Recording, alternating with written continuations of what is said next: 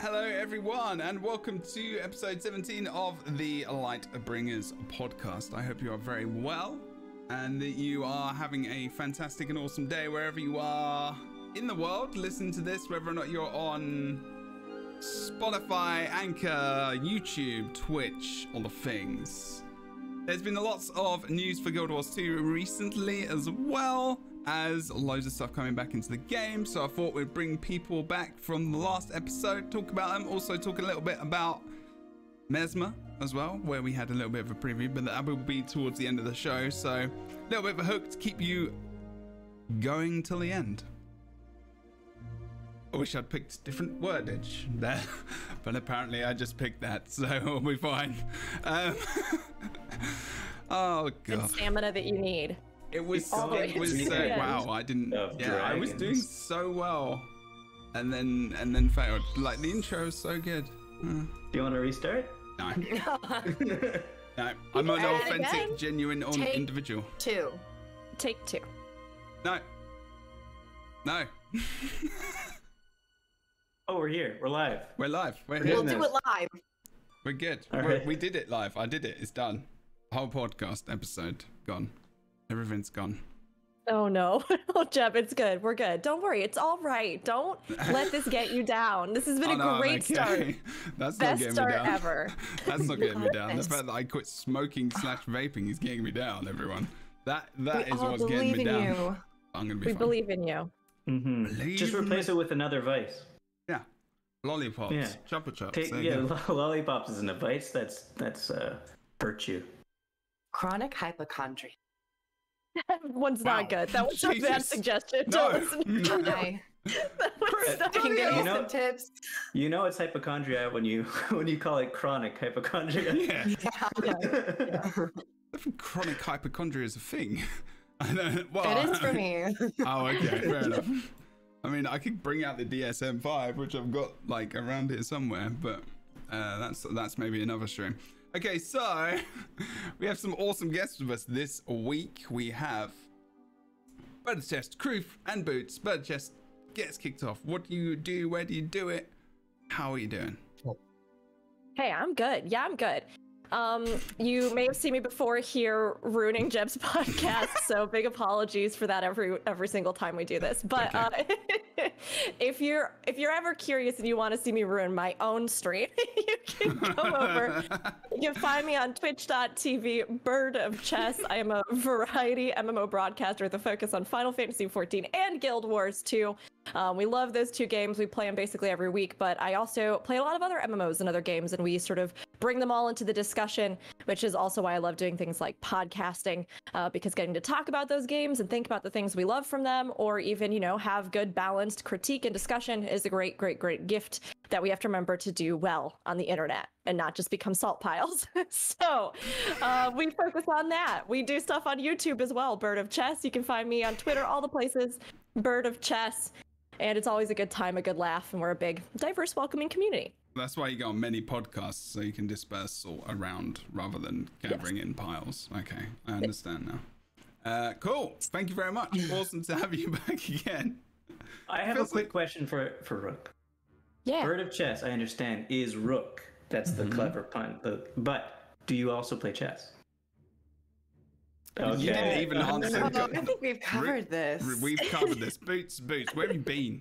Like, Jesus. Apparently not here. Normally, Rick answers the question when they do their intro, but hasn't done it the last couple of times, and now you need to start You doing it voted again. yourself for not listening in Jesus. I'm class. sorry. Active listening is an important skill. I don't even watch this podcast when I'm on it. Wow! Okay, Wow! Now Here I it's was starting missing- again. I was going to give you the benefit of the doubt and be like, maybe I've never said it when Boots is on, but now, fine. No. Yeah. Yes, Boots. I don't know how to play chess. I don't know how to play it. I've been taught how to play it twice. I forget every time. It's okay. I don't think I've played it since I was like 12 either. So yeah, Fair. it's fair. Yeah. It's I've fair. played it a lot when I was a kid, when I was young. But my dad taught me because he was like some chess champion of our region or something. But other than that, no. I played it with my brother. There you go. I Maybe just we asked should do because I know that chess there's a stream. big chess streaming community these days, and I was like, oh, it's a big Yeah. community. Yeah. Everybody's like, wouldn't that be so cool if Rook was secretly like incredibly good at chess? And I'm just gonna say, yeah, I am secretly a chess master, but you will And it will never remain a see it. secret. Be a secret Yeah, just forever. say, yeah, exactly. And then do one big massive YouTube reveal one day, and it's just you throwing a chessboard across the room. This is how I play That's how chess. you master chess. Yeah. Jeb, you can't take my idea. I told you that in confidence. Now Okay. everybody's gonna know when the video comes Sorry. out. Well, I didn't say the date, but they might know the content. Right, future video coming from Rook. Make sure you check out the YouTube channel, as mentioned just now. Throwing things at walls. Small board games and such. I swear that's not what we do on the channel. No, but the people that wanted that are now going to be disappointed. So you just have to choose your audience, okay? Think about it. It's just a random playlist. Rook throw stuff at walls. I mean, it kind of sounds like a blast. I'm not gonna lie. If people would watch that, I'd make 5,000 videos of me just throwing stuff. I would watch that. I'm not That's gonna also lie. probably free therapy. Yeah, It is. kind of. There are places in Seattle where you can purchase items to throw at in the room and you smash stuff. Anyway, sorry, this is a podcast about Guild Wars 2. Yeah. Which I religiously listen to, by the way. Good. I was I'm so kidding glad Yes. that it's that good that you would take time to watch and listen to it, including Every listen single to one of yourself. There is often comments said about all of you, which you should definitely go and check out on the YouTube channel because they enjoy your face. So you should do that. Not you so much, Boots. Because you don't listen It's or watch fair. the podcast. It's so fair. no one It's very cares. fair. That was so brutal. I don't think I'm you gonna go can. make a comment afterwards. I'm just sad because Don't worry, Boots didn't Boots. listen or watch the show. Wow. I Look, I'm gonna go go to leave. the Ascalon one and I'm like, oh, Boots is on there. That's nice. I'm And gonna I'm leave like, like oh, 10 support Boots. comments. There's like 10 comments now on every single video that's just like, I really like Boots' face. I don't know what it is, but Boots' face is my favorite, just to help counterbalance this. Yeah, simply chess. There you go. That's it. Yeah. Okay. Yeah, do that. I like my do face that. too. I like it. I like it really. That's why you're It's a here. good face. My mom said she likes it. That's the important thing, mate. Hi, Criff. How are you? What's going on? Where do you do it? Hello. Where are you going? Who are you? Hello. Where? So I'm Kroof. Yesterday I bought cornbread and I was walking home with it and I made it all the way, not dropping it. And then I got home and it fell on the floor in the package. And then I picked up the package and my brother was sitting there. But the cornbread decided to jump from the package and land on the floor and it jiggled a little bit. So I decided to pick it up and I still ate it. And it's still in the kitchen. So I'm excited to eat it after this podcast. But in addition to eating floor cornbread, I also sometimes go to YouTube and I make videos about Guild Wars 2 and maybe some other things in life. I don't know, it's all questionable. But I'm also streaming Tuesdays, Wednesdays, and Thursdays. Fuck you, Criff. And I would also say that I also like to take the title. I like to also take the title of sometimes, you know, causing some division and excitement in Jebro streams. So, thank you so much for having me on again. I'm going Oh, to mate, sorry. Bro, this isn't good. Jesus Christ, sorry. Wow. Please, Do I please start go the get. podcast again? I don't know. We've been going You guys for want to so see the long. cornbread? I can go get it. Yes, Yeah, please. No. cornbread. Yes, get it. I'm Get gonna it. get the cornbread. cornbread and then I'll we'll get let it. Boots do their intro. Boots, Mm. quick. Um, What do you do? You don't see that's where you're from. Well, What are you talking about? so Oh my what gosh, I you guys. do. Oh, Oh, God. Hi. I'm ready. So this is Bethany. The cornbread. It's eaten, but So when it landed on the floor, did the whole thing come out of the box? yeah, what happened was when I picked it up, this thing opened up and the rest of it slid out and jiggled on the floor when it Oh. hit. It slapped. Oh, And which God. floor? Was it your indoor floor or was it outside? My kitchen. Okay, that's not so bad. Wait, How please- So I Often felt do you- comfortable eating it. How often do you clean the kitchen is the next question. Every Mhm. week. Okay, then yeah, you're good. It's fair. It's safe. I'm gonna go return Bethany to her throne. I'll be right back. Let's get back on topic. Yes.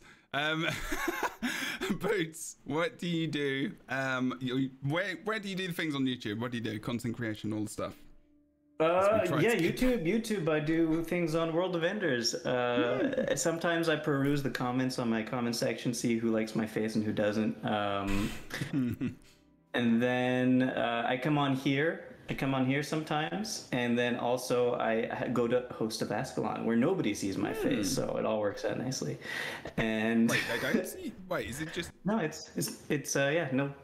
Is it just podcast or is it live on Twitch? Podcast. It's what's it called? It's just audio. Unadulterated podcast. It's clear, fast.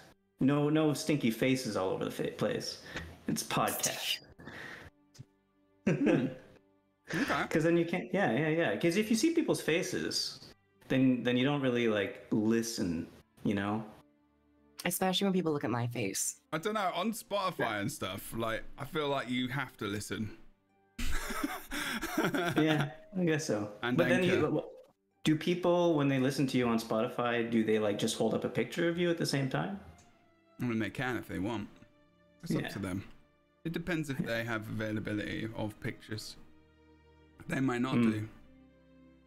And besides that, sometimes I do videos with Wooden Potatoes over on his channel. But that is about it. Oh, okay. Awesome guestage on this week's show. We are going to talk about big news in Guild Wars 2. 3 big posts specifically. Pardon me. First of all is going to be a big update, and this is a lot of big news, which could be upsetting.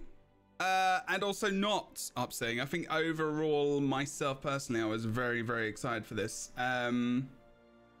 This is a post that was on the 2nd of July, and I'll bring it up for people who are here live in the streamage, so we can actually have a look at that as well, and they can see what I'm talking about.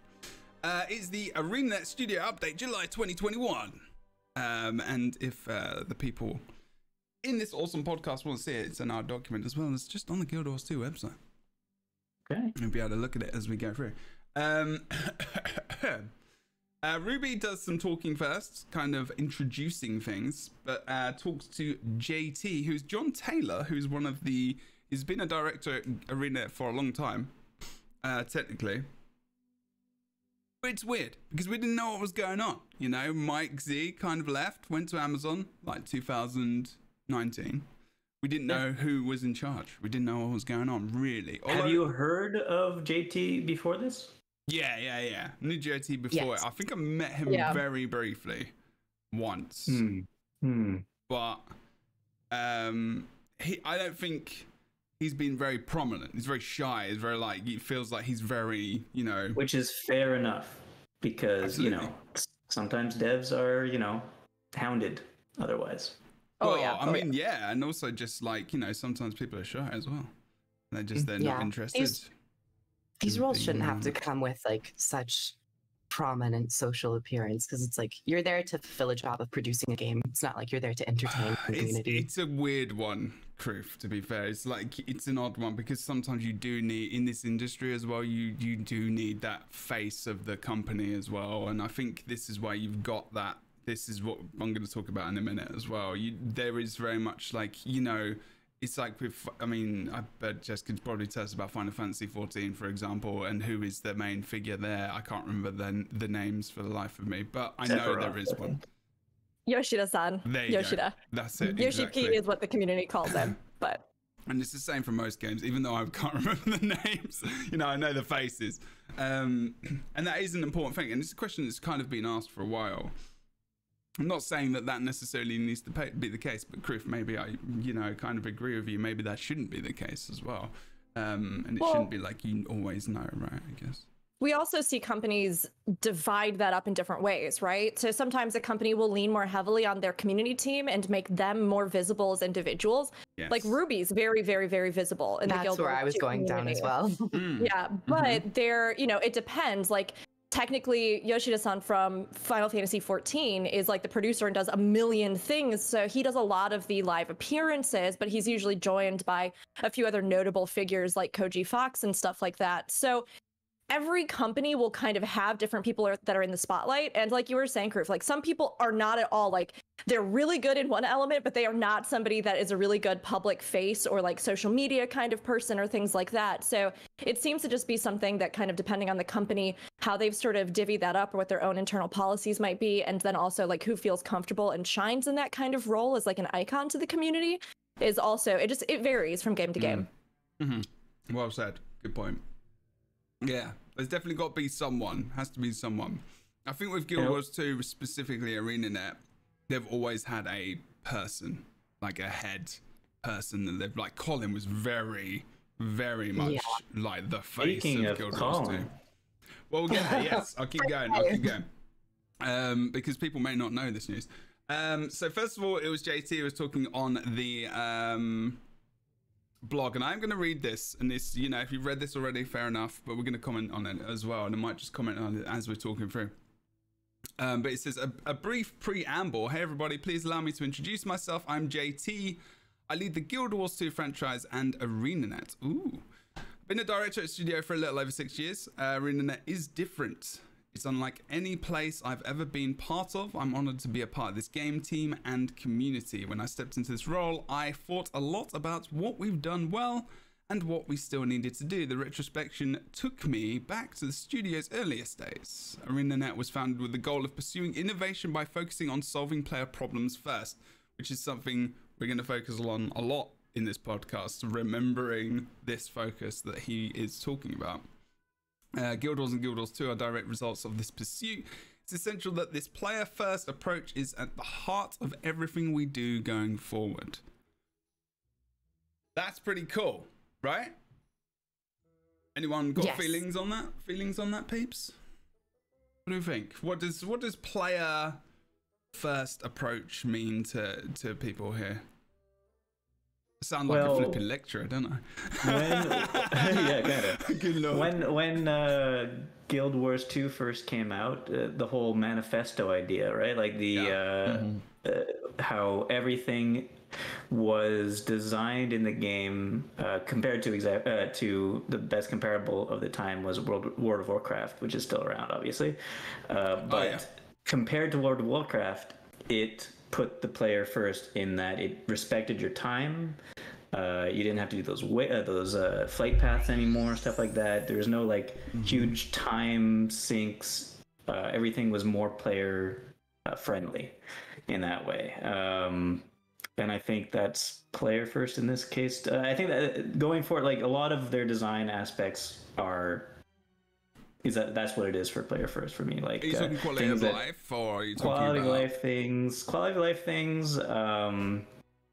Yeah, I want to say player first is quality of life things more than content things. Like, because I don't know if they know exactly what content people want. That's a big grab bag, right?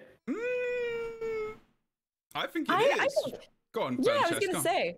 I was just going to say, I think it can encompass that. There's actually a really fascinating documentary. No Clip does a ton of amazing documentaries, so if you haven't seen them. But there's one in particular that really comes to mind for me when discussing this topic, which is the one they did about Warframe, which is a game I oftentimes talk about in relation to like the model of revenue, even in Guild Wars 2. And there's this great interview with, I want to say it's Rebecca, who's one of their community leads. I'm not positive, but... Yeah, maybe. I can't remember. I think so. I think I know she does a lot of the live streams. But she talks about what it means to design a game to meet player needs. It's actually super cool. And she has this whole little discussion about how they realized early on that they were going to have to not just listen to what players yelled about wanting, right? Like, we need this, we want this kind of content, but to also anticipate the needs and interests that the community might have that they hadn't even realized that they wanted yet. And so there was this like big bold thing that they did in Warframe where a game that was essentially just kind of like a looter shooter ended up evolving into having a really phenomenal narrative. And nobody knew that the story was even going to hit the game until a patch where it was like, suddenly there is a main story in this game, and it blew people away. And so she kind of used that particularly to illustrate it. So I do think that like player needs encompass content and story and like other facets of a game that the community, it's not just necessarily one thing or the other. I think you're right. I think just based on this paragraph, though, I thought it was more quality of life things, because the sentence before was Arenanet was founded with the goal of pursuing innovation by focusing on solving player problems first. And that's why I think when they talk about player first approach is solving the problems that players have with the game. I think so. If that is story, I don't know if that's really something that people thought of or content. I think that it's definitely referring to one of the things that they talk about in this blog post, which is world versus world restructuring issues. So we'll talk about that later. But yeah, I thought that this paragraph was referring to more. There's no wrong answer to this question. It's more of an interpretive thing than anything else. It's more so just good reinforcement that they seem to be aware that not only are they saying we're trying to meet the community's needs, but the community's or wants, the community's wants were also to put their wants first. So it's kind of like we hear you and we reciprocate that as well. So it's good messaging, and we'll see how it turns out for the most part. But yeah, I know what you mean. I know what you're talking about is the community would like to be heard. Yes. Yeah. Okay. That I think is very much part of this blog post as well. What's the other option? What's a player second approach? Oh, interesting. Wait, what do you mean? Sorry. I mean, like, if it wasn't doing things player first, if player first is an all-encompassing kind of... It's just the company's ideal of what they want to do pushing forward. I mean, I can tell you what I thought about. What I thought about was literally, like, what does the community want in their game? And we focus that more. Like, we think about that more. I was literally in chat. Casu7 chat definitely loot boxes would be a player second approach. Well, that's it. I think that's actually a good point. I mean, to be fair, there are a lot of people who do actually, just buy that stuff and they just enjoy opening boxes and stuff. I'm not one of those people, but that's another podcast, I mean. Yeah, no, I agree. I think that and Kroof, I know you had something you wanted to say too, so I'll keep mine short here, but I do think that player second approach is something where there's a much larger divide between the community and the developers themselves. There may not be as many ways to actually like submit your own voice to be heard. There may not be as much feedback. There may be certain things that are really instilled specifically for profit, like driving profit forward, but in a way that like doesn't empower players to have options, if that makes sense. All games have to earn money, but like in Guild Wars 2, for example, like there are multiple options for you to be able to do things like interact with the cash shop or convert gold to gems or all sorts of things, so it's more about shoehorning players into a specific kind of like, there is this one thing, it is our thing, and like I think that's to me what a player second approach would be. We're talking about player second approach, and we've hit on like the real world economic side of it, but I also think there's a developmental side of it, which Arenanet and Guild Wars 2 have been doing, and that is, and they mention it, I think, in this blog post where they ship something and then they get feedback and they have to go back and destroy everything and like build from the ground up again. But I think in a developmental approach, it's doing things in betas incrementally and getting that active feedback, which they don't really do often, but they seem like they're going to be trying to do that more. They can do it because they've done it. They can, like you said. Yes. Yeah, they can do that. And it really does make me think about, a PTR, like having a player test room in the future, like whether or not that would be a thing, because that would be so different for Arenanet to do that. And I'm not going to talk anymore about that. So, going forward, have a look. Today we'll be sharing some important updates about our upcoming expansion, Guild Wars 2 Ender Dragons, the live game, and some changes we're making to realign ourselves with the ideals that shaped the Guild Wars franchise from the very beginning. I believe that the best is yet to come for Guild Wars 2. There is then an image of a class, again, of potentially Mesmer, which we are going to talk about later. We're not going to talk about that right now because I want to go through the podcast, but it's very cool. It's more of because it's part of our elite specialization conversation, and I want to kind of leave that for the fun times at the end, because this could go on for a long time. So Guild Wars 2 Ender Dragons. As expansion development has progressed and the real world challenges the past year, we're talking about COVID obviously, past year and a half have changed the way we live and work, and that's still affecting a lot of people, and it still will affect a lot of people for a long time to come. It's become clear that we need a little more time to deliver our creative vision of Camphor. As a result, we're delaying the release of Guild Wars 2 Ender Dragons from late 2021 to early 2022. So this was a good blog post. It sounds weird when I say it just after that, but I don't think I've ever seen them deliver information which is potentially awful and damning to the point where people are more excited than they were before they read the blog post, even though the expansion has been delayed. And that's because of how they've structured this whole thing, and it's very well done. Feelings on the expansion being delayed? Is it a surprise, and is it that bad? I was slightly surprised in the beginning, just because I was, they've already said 2021, and I know Arenanet often delivers on those dates. We've had a couple of times where they've had to extend things, and considering they were going to show a live stream, in my mind, I was like, everything's pretty set. They have things well developed, and it's relatively finished. But after hearing that they are delaying it, I was actually a little bit more happy, because even before then, months back, I was really worried that they were going to go the route of doing the Path of Fire launch that they did, where they announced all the features, and then less than 2 months later, they released the expansion. And I don't think that was enough time for the media coverage or even feedback or necessarily changing things. Yeah. So I was more so worried about that. So me personally, hearing the news that it's being extended even by a couple more months, they say early 2022, I'm in support of it. Me too. Yeah, I felt exactly the same. And honestly, I think maybe I wasn't quite as surprised as some were, because I agree that it did feel like it was going to be pretty solid. But at the same time, we've seen so many other companies have big delays because of COVID. I think in the back of my mind, we had literally just gotten one in a different MMO that I play, and I was sitting there and I'm like, oh, well, if I get more delays, it's not out of the realm of possibility, so when we actually got this blog post and I saw that, I agree. At first I expected it, but almost immediately, Kroof, just like you, I kind of feel better about this for some reason. Yeah. I feel good that it's coming out at the start of next year. I feel like they, even with the lead-in, everything that they set up until this point, right? Reaffirming the company values, reaffirming the things that make the game great, also speaking a lot of hope about the future of the game and stepping into a new era for the game. Those are all things that I myself have felt like we are on the threshold of, where a lot of people have said this next expansion is going to be really make or break for Guild Wars 2.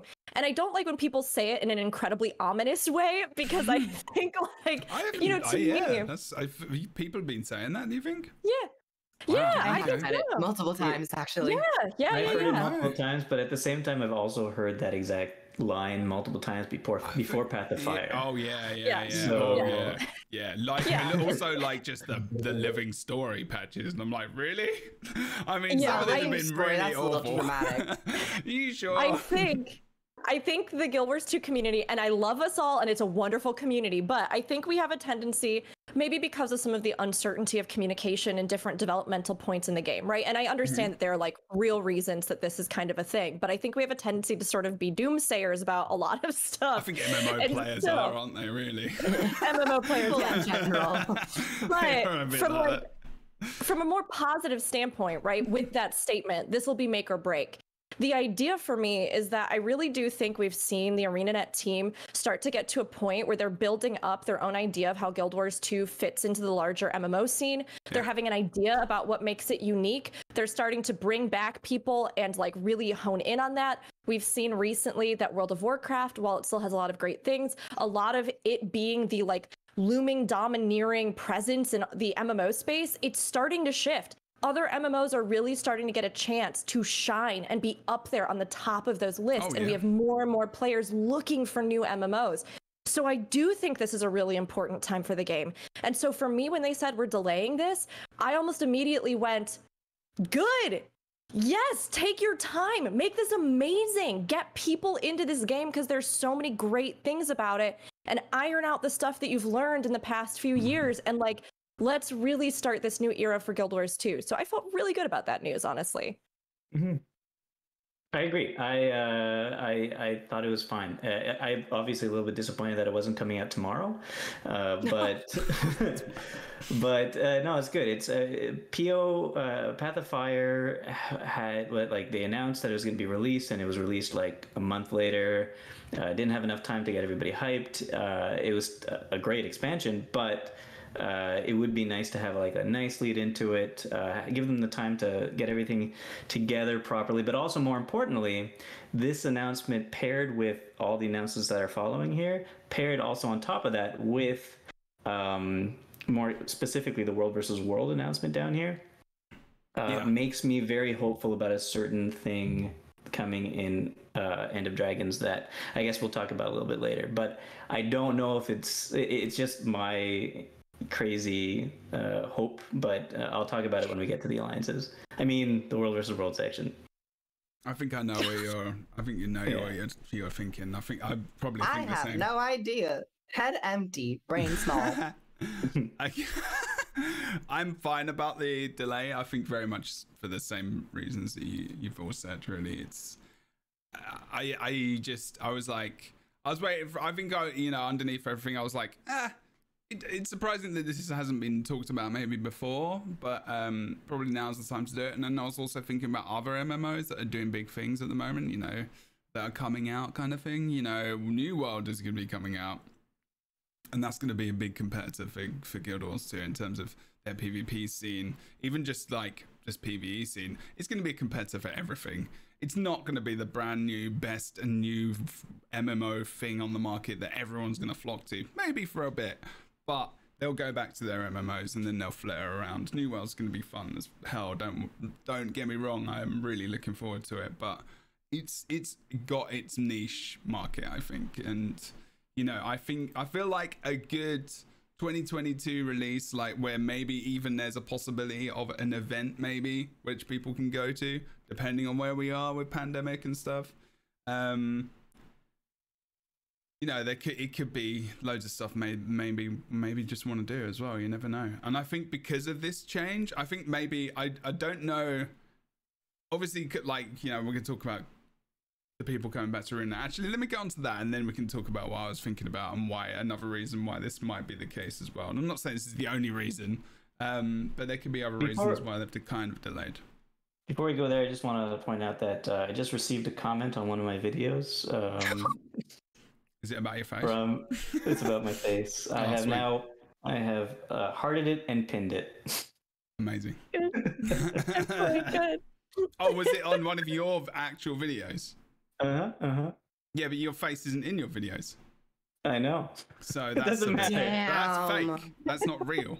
What do you mean that's not real? If you're gonna comment about someone's face, you have to see it in the content. You can't they don't see your face on your channel. When do they ever see your face? That's part of the comment. I literally see your face more on my channel than anyone else's, probably. Maybe the person that left the comment has seen Boots' face. Maybe. Yeah. Jeb? What about that? Maybe. Or they're assuming that you have a face.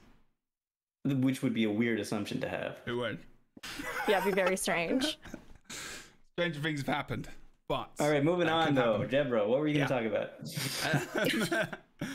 Okay, so we appreciate your patience as we take the time to give the expansion attention it deserves. And incredibly proud of the work the team is doing to bring Campfire to life, and we can't wait for you to see and experience it for yourselves. Also, the 27th of June is still happening live stream wise.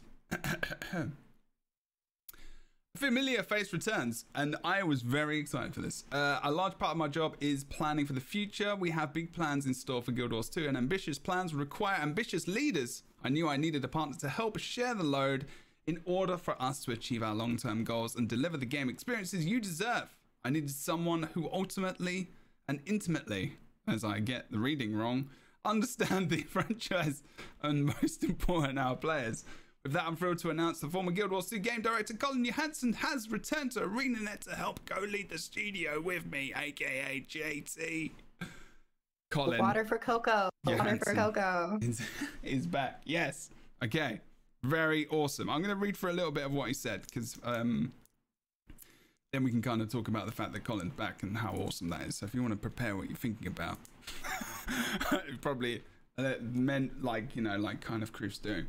Hello Guild Wars 2 community, Colin here. I'm incredibly excited to be returning to Arenanet when I decided to leave studio in 2016, which is when he went to Amazon for Crucible. He's spent a long time at Arenanet as well. He was there for a long time. Okay, when JT reached out about the opportunity to help lead the studio with him, we spent a lot of time talking Guild Wars 2, its future, and our interest in driving a renewed focus on our players. Ooh, bring the player's perspective into our development process. So it's definitely worth thinking about that. If you're listening or if you're, you know, participating. It's what made Guild Wars a successful franchise from the beginning. Before we launched Guild Wars and Guild Wars 2, we opened them up to the public testing to gather your feedback and make improvements. So they've got there's a heavy focus on, you know, they talk about betas and they talk about, you know, testing and all that kind of stuff. After they went live, we evaluated feedback and your actions in game, and we used that data to make a better experience for our community. The reason I read that bit is because I feel like, again, I mean, this is going to be a big focus for them moving forward. Talking is the easy part. It's what you do that matters. So let's talk about a concrete step we're taking to improve on this front. Guild Wars 2 is big and complex with a lot of unique game experiences, including live and world versus world PvP, endgame PvE, and more. Traditionally, the game director has had their attention split between overseeing the development of the live game and expansions to ensure the live game is getting the attention it deserves. JT and I have created a new role that's focused on leading development strategy for the live game and ensuring that we're giving you a consistent quality experience. We felt that it was important that we found someone for the role who knew the franchise in and out and is tireless advocate for our players. That is the next person we're going to be talking about. Colin Johansson is back in flipping Arenanet. Like, sorry, I was going to curse there. How dare you? I am so It's happy. worthy of it. It is. It really is. Yeah. Like, you do not understand. I mean, you probably do understand because of my face. But if you can't see my face, I needed to, like, have words to be excited with and for. It's good, right? Every time you have a swear word bubbling up, just put that lollipop in your mouth. And I am going to try. That's what it's actually for. It's simply a mastery of the English language, using every tool disposable. Mm-hmm. Yeah. But Yeah, I'm really excited. You know? I don't think I have that many things to say about it. It's nostalgia. And I think that inherently is a really special thing for many players and people who've been in the community when they were around, especially during the Heart of Thorns media circuit. He was often a face, and, you know, at the live announcement of it, he spoke there, and I think the other developer did. I forgot his name. But Mo. Mo. The director. They were all very visible. So yes. That other guy. Love them both. But my brain is spiraling. But yeah, I would say it's a nostalgia bomb, and it got people like reminiscing of the old days. Yeah, so Colin Johansson, the one thing I can say about Colin Johansson is that I feel like he definitely tries to listen to the community a lot. Yeah. So I don't know if he was solely responsible, but he was responsible for leading up to Heart of Thorns, getting people to work on the community. I forget what it was called, CTIs or CIDs or community discussion initiatives. Yeah, CDIs. Initiatives to try to develop with the community the best way to do. The big one was raids. Yeah. And I think they did a very good job at that. And so, but besides that, I also think he may have listened to me this one time by accident when we were at the, what was it? Yeah, at PAX East. You remember that when we were all there? Oh yeah, it was beautiful. Yeah, and I didn't know who Keralis was, and then you had to tell me. And Kelaris, you mean? Yeah, whatever. Keralis. But you watched as well. I don't get it. Like, you watched the esports stuff, so I'm like confused though how you didn't know. Like, I think maybe you just, when you see someone in person, like, it's different. It was great. It was like I was talking to you, Jebro, and Keralis was there too. You guys were casting together at that. Kelaris? Okay, whatever. Keep saying his name like horribly wrong. You guys were casting together, and then I was like meeting him for the first time, saying, "Hi, how's it going? Oh, so you're casting too? That's great. Oh yeah. Are you do you cast a lot of things?"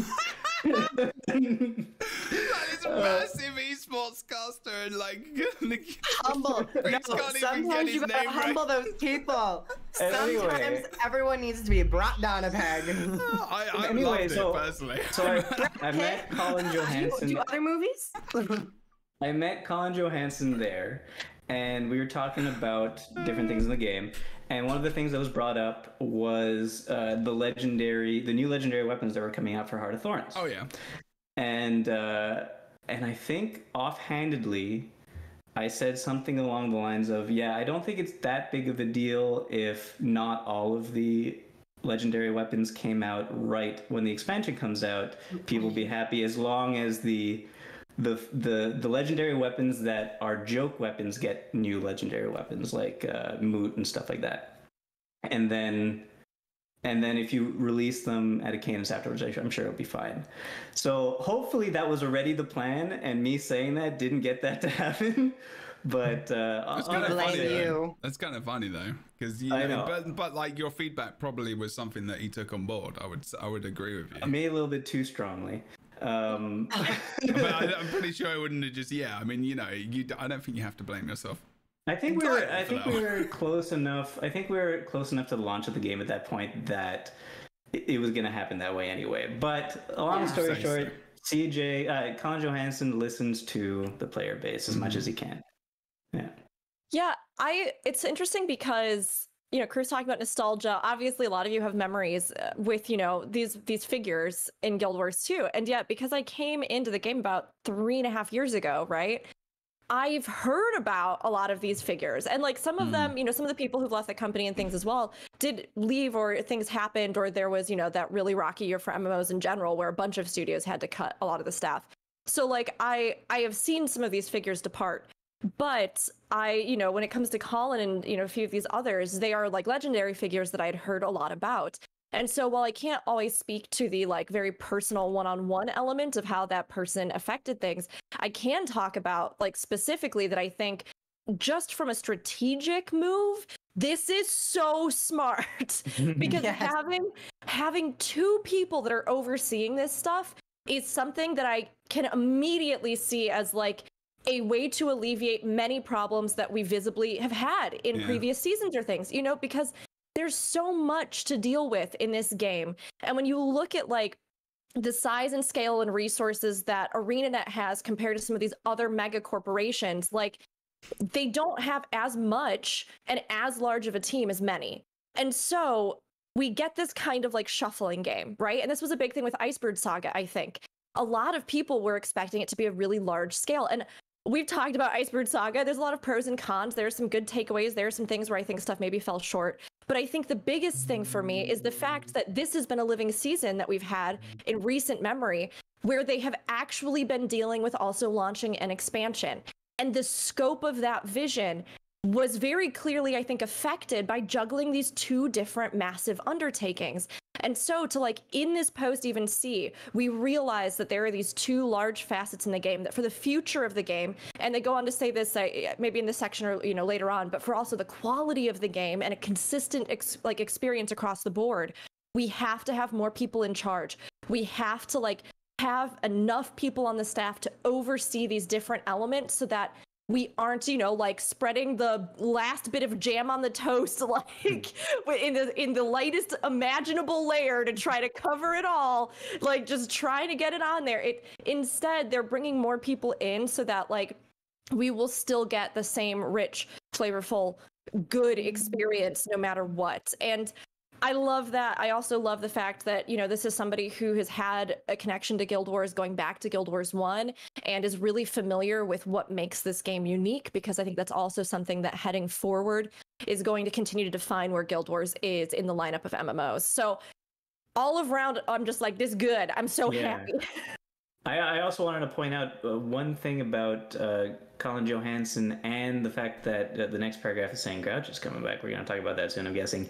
Is Colin Johansson and Grouch, I feel, were two of the driving forces of trying to get Guild Wars 2 to be PvP and World vs. World, a competitive, like, esporty kind of game. And when they left, it kind of fell by the wayside a little bit. And before maybe they they're left, gonna... before they left. That one might be why you never know. Part of the reason, maybe, I don't know. Who might knows? be part of the reason, yeah. But maybe there might be a resurgence now. Who knows? And it's not just two people. It's three people at some form of a heading position. Grouch. And Grouch. This was a what's known as a segue, so that now you can transition into another topic. I've been good with those, okay? I've been good. All right. So what we're going to talk about now is because I was looking at Colin's face, I think, for quite a while, just mesmerized by it. It's funny, isn't it? And they they have the Mesmer thing, and then they talk about Colin. I was just like, that was a bit weird. That was a bit planned, wasn't it? Okay, so Grouch, if you don't know who Grouch is, this is, as we've mentioned a few times, the blog post then introduces Grouch, who is returning as well. And I did mention very briefly. So it says, do it live. Hi, Josh Grouch Davis reporting for duty. If you don't know who Josh Grouch Davis is, he was actually a player playing Guild Wars 2. I think he streamed a little bit, but then he actually went into QA, I'm pretty sure, and then like PvP and balance, and like he was on the PvP team. I can't remember if they called it the PvP team back then or not, but I think it was competitive, it was called back then. He did World v World stuff, PvP stuff, and he also then went up into marketing, and he did loads of stuff with everyone. Like he did tournaments for everything. It was just like he was everywhere, and I think he really loves the community interaction. And then him and Colin and John Corpening and John Peters and loads of people went over to Crucible, which is Amazon Game Studios. Crucible shut down. Some people have come back to Arenanet. I'm interested to know if they've tried to get anyone else back from there, to be honest. So yeah, what Boots is saying about the competitiveness and those people coming back is a big thing. But I think also it would be, I'm not sure if they're going to go that way again. Things have definitely changed. I feel like they left. It could be, I mean, this is me you're talking about. If they did bring it back, I would love it. I would get right into that. I think we're gonna have the same, like, remember that $400,000 this year we're spending $400,000 on prizes for PvP. I don't think that's gonna happen again. Yeah. But it doesn't mean that there's not gonna be more tournaments. Doesn't mean that there's not gonna be more hype for things. Yeah. And especially with the next section, I don't know if we're gonna just skip over Grouch's coming back to section, but the one after that is the alliances, and that could be a major component for Guild Wars 2 moving forward. All right, well, I'll quickly mention a couple of bits in the post. So they asked him to come back. It's interesting because he's catapulted right up into the top end of the company, really. I mean, in terms of, the position, like, and where that is. It's amazing where he's gone in his journey, because I've known him since like the beginning, really. The reason why I speak very passionately about Josh and about Grouch is he's probably the reason why I'm in America in the first place, in all honesty. Him and Colin came to my wedding. I know them well. They're very awesome people. And I am so happy that they're back. I really am. I am like, you don't understand. When I read this post and when I heard the news, I was just like, man, like the heart of this game. Like, I had so much interaction with them, and for so long, it was just like they became good. Like they became friends of mine, and they're good people as well, and they will become friends of every creator and everyone who plays this game, because they are like, when you go and play it, when you go and talk to them at shows, they are the most down-to-earth people, and they will talk to you about anything because they love what they do, and it's so good, and I'm just excited. Don't say anything, I'll go off the deep end. Well, they'll love it, don't worry. They'll be fine with that. But yeah, let me just pull up our cameras again. But yeah, they were talking. So Josh talks a little about, in addition to Living World Return. So this is the thing we're thinking about. You know, a lot of changes there seems to have been this massive change in bringing all this stuff back to the community in terms of, you know, the episodes being relaunched, things coming back, you know, people being able to play through stuff, getting free legendary stuff, more tournaments, all this kind of stuff. It doesn't feel like they've just come back. It feels like they've been back for a while. We just haven't known about it. And that is very much something we get through this post. It's like, we've had this vision for a long time. And then he says Twisted Marionette and Legendary Armory, bringing these things forward, which I felt like maybe they had some influence in, because Marionette's been around, you know, was there when they were there back in the day. And I say back in the day, they didn't leave that long ago. It was like 2.5 years ago, you know. It was like, but this was like 2015. 20 years ago. I was a young man. But like, you know, they know that this thing has been 4 and 7 years ago. It's coming back. Yes, Groove, indeed. But it's coming back. So like, this is cool.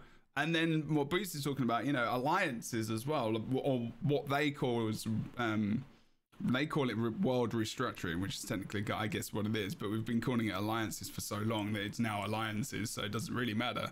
And how that's going to be coming back, and how they're going to put that into beta as well later this year. Did they give us a date for this? Not that I'm not going to read through the rest of that post. I can't be honest. No. I would like to talk about it. Oh, World versus World? Oh, we're going to talk about it. Yeah, absolutely. Okay. What did you want to talk Really? about? There is a time period. August?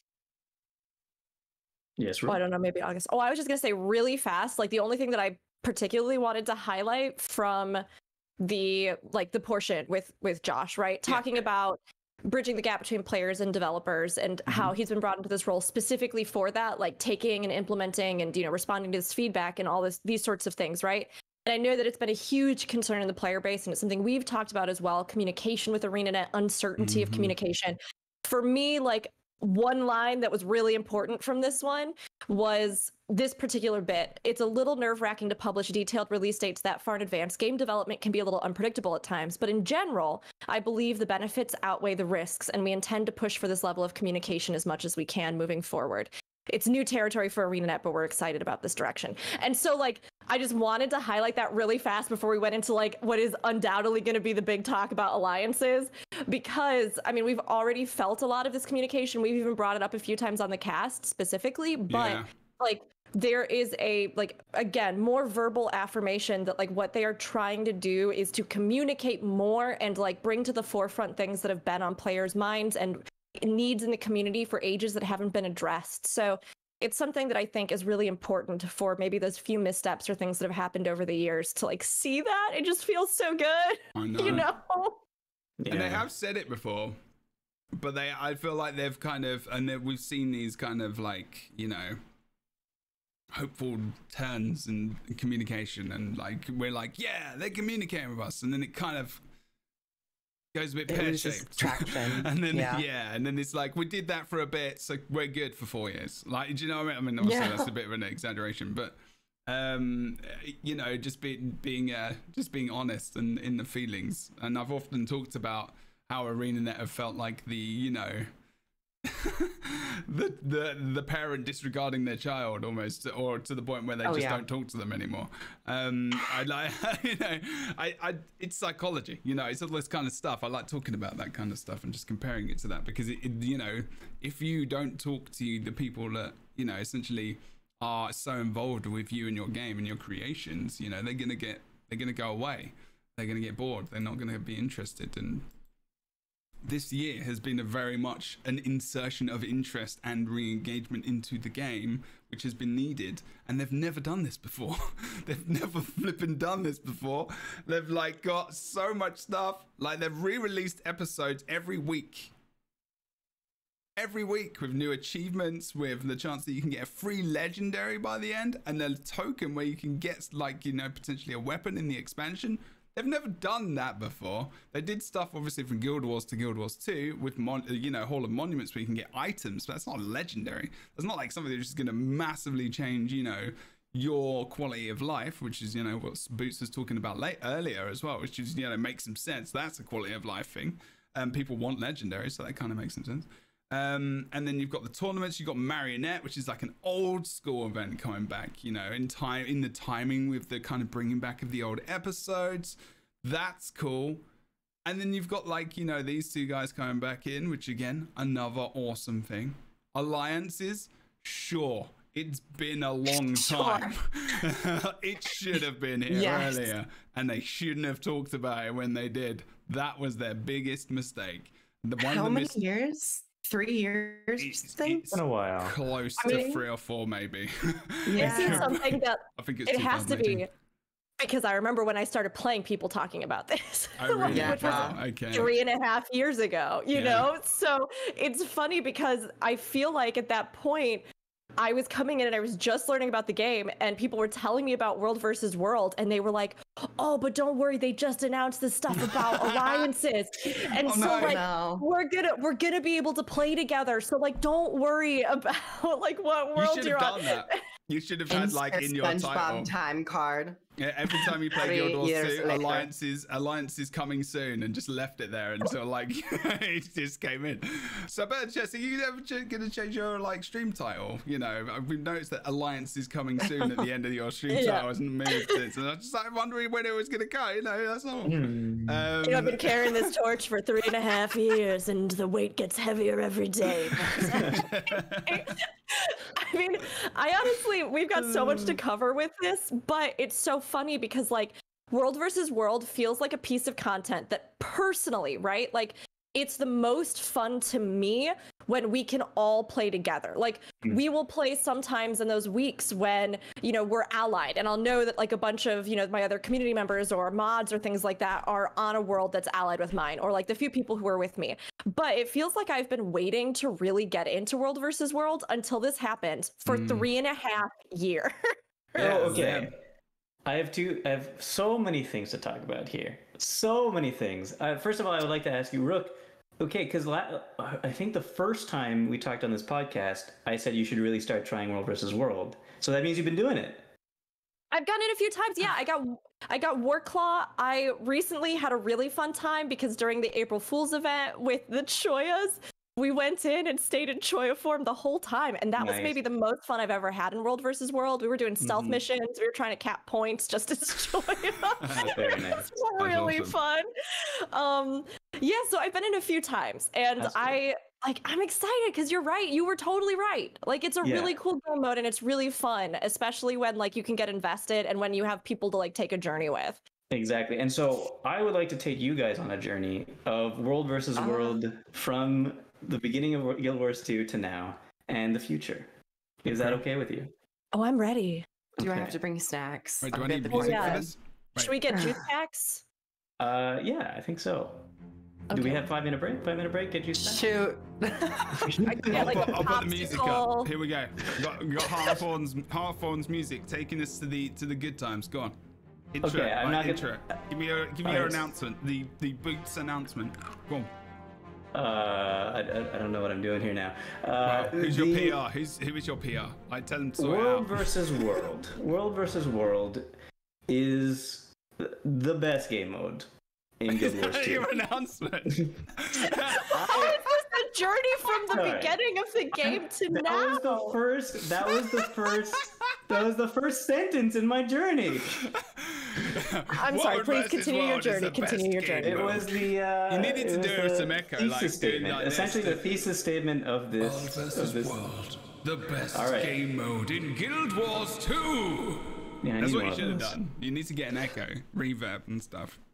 So way back when, World versus World was tied to something called worlds. Or servers. Whoa, Because so you know when you guys log into Guild Wars 2, when you first log into Guild Wars 2, the first time when you make an account right at the beginning, you have to join a server, right? Like Sanctum of Raw, blah blah blah blah blah blah blah. These days, probably by the time you join the game, it was already like this. It doesn't mean anything. It means literally nothing. Oh, right? the World v World. the world view. Well, even now it doesn't really mean that much because you're paired with World two other restructuring servers and with channels and world linking. Oh yeah. linking. Which is good. Yeah. Thankfully, that's the thing that happens. Yeah, but more importantly, back in the day, there wasn't something called mega servers, which is what we have now. And when you were on a world, that was your world. So you joined a world, you joined with your friends, you hope that your friends are all in the same world, and you play the game with only that world. And then you're basically like the idea was that you were like I want to say a splinter, a different universe of Guild Wars, like a different you're in an alternate reality Tyria to all the other worlds. Yeah. And so you fought each other. You fought each other in World versus World. Your alternate reality Tyria fought another alternate reality Tyria in World versus World because it was only your world versus only another world. And hold on. Boots, I have like 50 questions, but I'm gonna ask. I don't remember them ever marketing that way, by the way. I don't know if they that was my headcanon. That was my headcanon. I like this. I like it. It's your headcanon. Well, I was like, I don't remember any of this. Yeah, they did not market the game that way, so don't tell Brother Chess that. That was literally the lore idea behind World vs. World. Obsidian in chat is corroborating my story. This was the lore idea. When was that? Okay. Of World versus So World. Hold on, because we're all losing our minds right now. So Obi does confirm that each server was an alternate missed reality. So the multiverse was real. Yeah. You're not. This wasn't just your headcanon. This was supposedly actually backed in game. I mean, I think it was mentioned it was something mentioned like when you first go into World vs. World and talk to an NPC. I think it was like mentioned in an offhand line like, here you fight against mist warriors from other realms. War. It is the mist war. Yeah. This is making so much more sense to me as to why there's even those like mist zones in the, like that you can kind of like instance into in World versus World. And like, So long story short, this was really cool because besides it being like you really liked your server, you wanted to make your server win, and eventually there was World versus World seasons, which was competition, like a big World versus World competitions. There were 2 or 3 of them. I forget. I think only 2. There was like Doliak, and I remember I played during Doliak season. The rewards eventually at the end of the season, all the servers were ranked based on how well they did, and you got rewards based on your ranks. But they weren't linked then, were they? They were just not linked back then. They were just like it was solo. And so in that time, I got really into World versus World because it really generated this like server pride mentality of like your server versus another server. It's really important. Was that before or after server transfers though? It was during server transfers. So some people were abusing the server transfer system. That's when it destroyed server.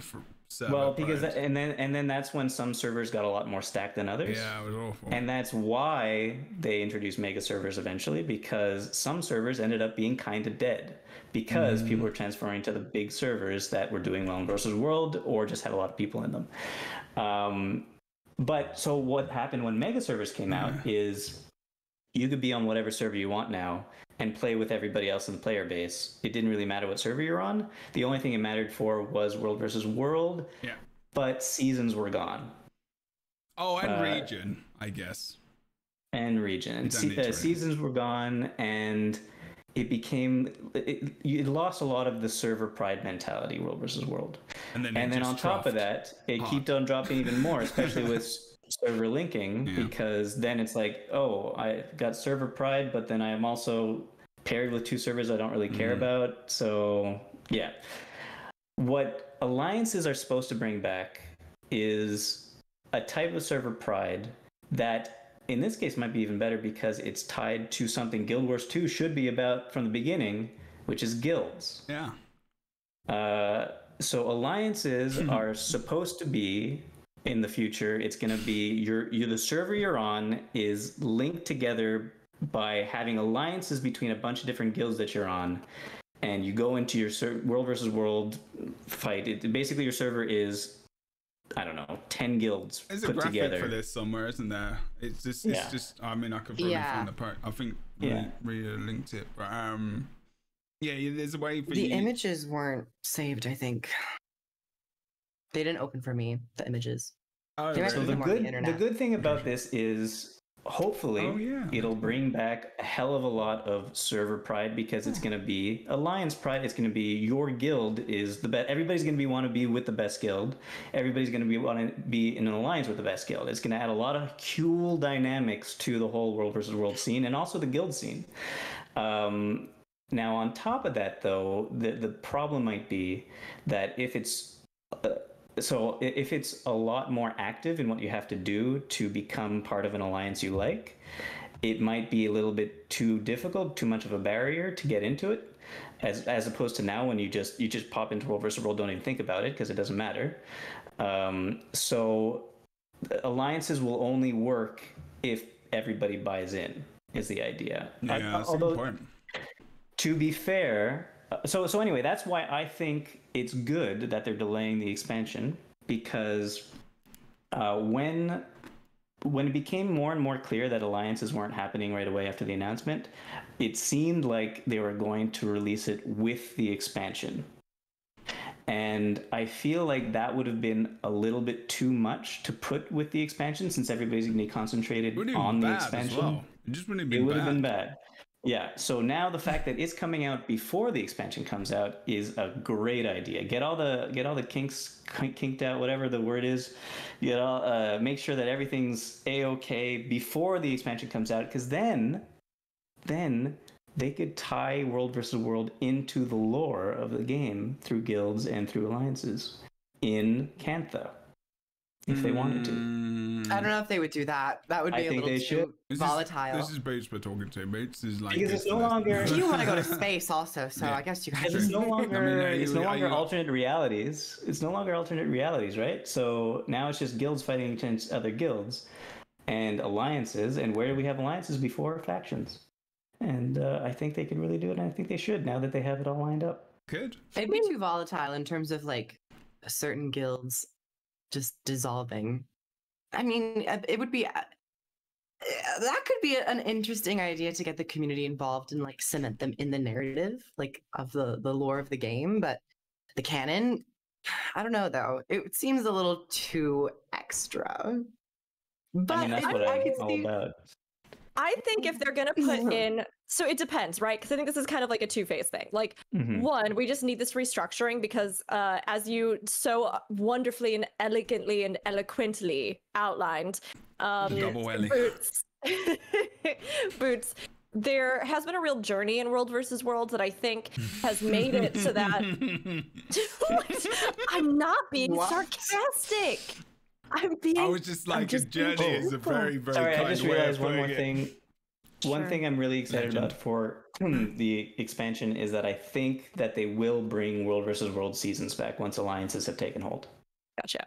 Okay, continue. But yes, like you said, there has been a real journey with it, right? Where we have this piece of content that in so many ways is unique and shines, right? But then as the game expanded and changed, and I think a lot of good things were done, right? I mean, being able to transfer servers is a good thing. Being able to mega server an instance is a good thing as well, because so many other games that like have those more rigid single servers, it's not the way of the future with MMOs, because people want to be able to play together, and it can be really hard to like make characters on the same world. So as this all expanded, a lot of good advancements were made, but unfortunately it did undermine a lot of the way of how this game mode functioned, and like the feel and impetus and balance and all sorts of things with it, which really should have been addressed before this point, honestly, when those changes were happening. But to at least now see that like they are trying to put something in, and then in addition to that, they're going to be doing this like testing phase and these beta things with it, where like you can give this feedback and you can like directly, you know, talk about how this plays, and they can really test it before the expansion, right? Yeah. This is such a huge thing and such a big change that could like pave just the entire, it'll lay all the groundwork for future stuff with World versus World and how they want to build this mode. So to do it now, and to possibly even, I mean, at the expense of maybe delaying the expansion to really focus this. We don't know, but it seems really smart to me to be like, we have these big things we need to address first, and then we can build on it with the expansion. So all of that to be said, I don't think that your idea about factions getting some kind of, well, Cantha getting some kind of factions inspired PvP or world versus world is that out there, because it was such a huge part of that portion of Guild Wars 1.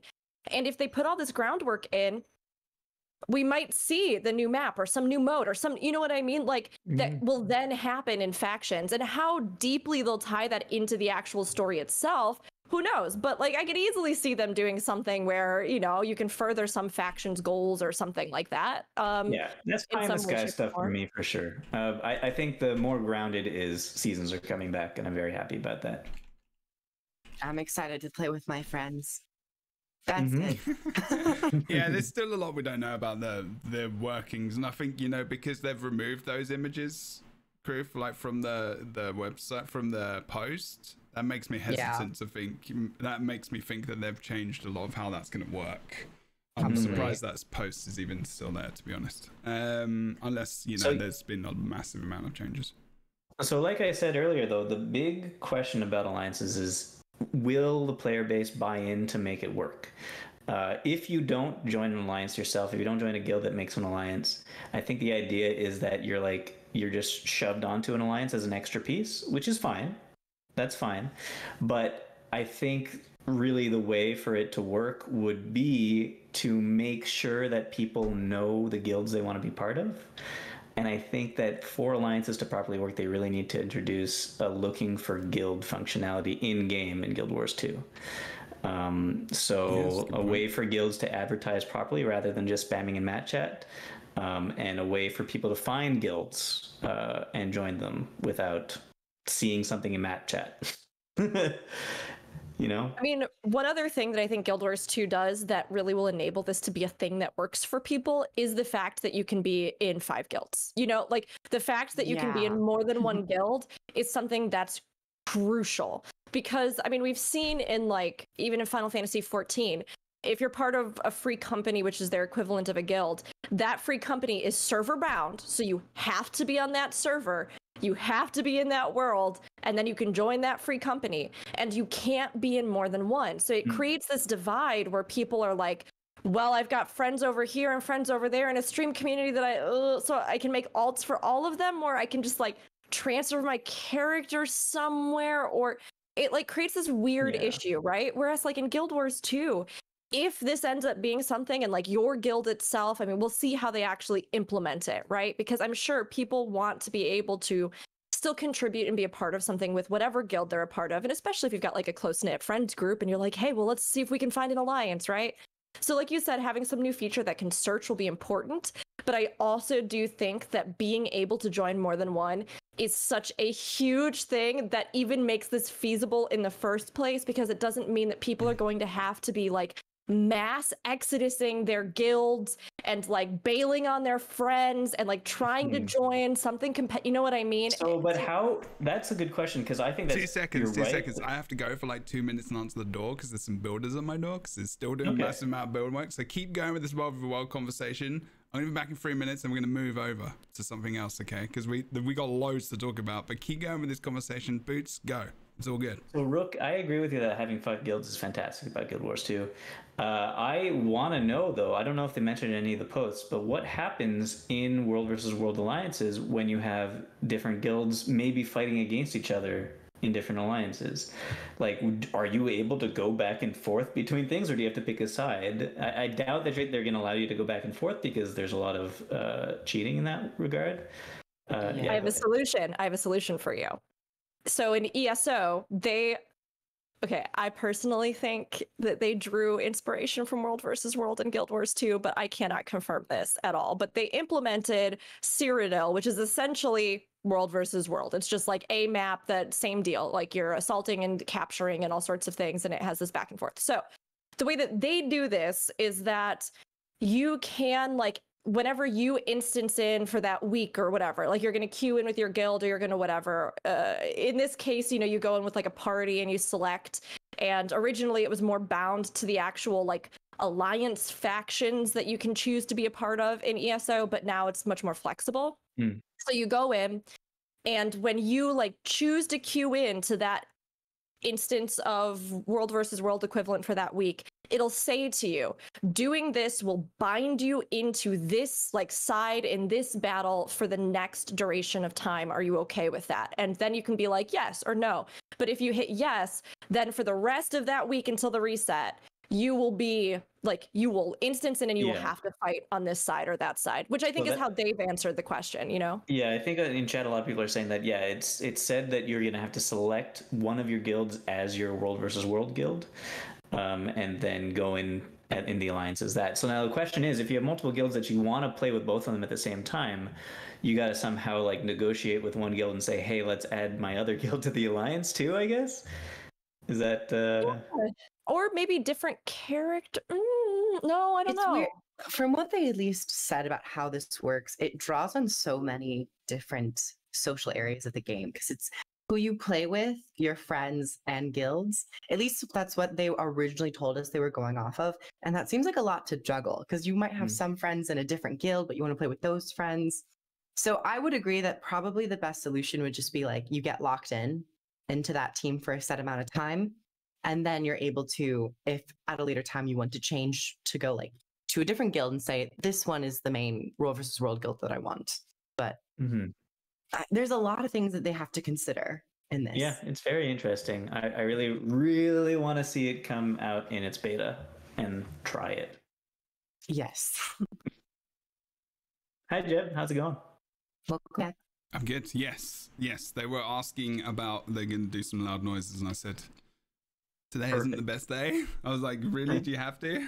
And they were like, okay, maybe we could delay it. And I was like, okay, cool. To never? Because it's been a long time. You know, this happens a lot.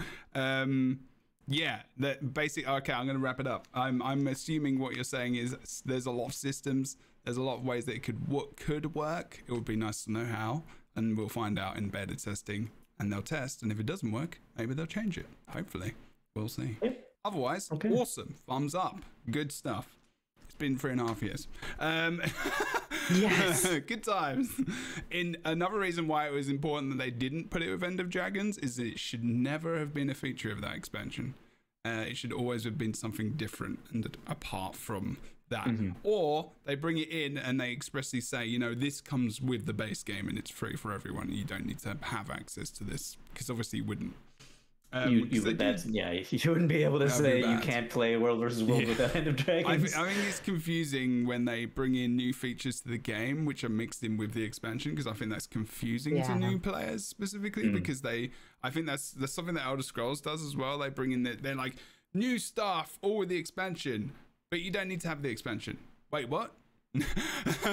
Like, we're just bringing it all in because we're doing all this new tech stuff. Yeah. Now it's confusing. Would we be open to a new World versus World map?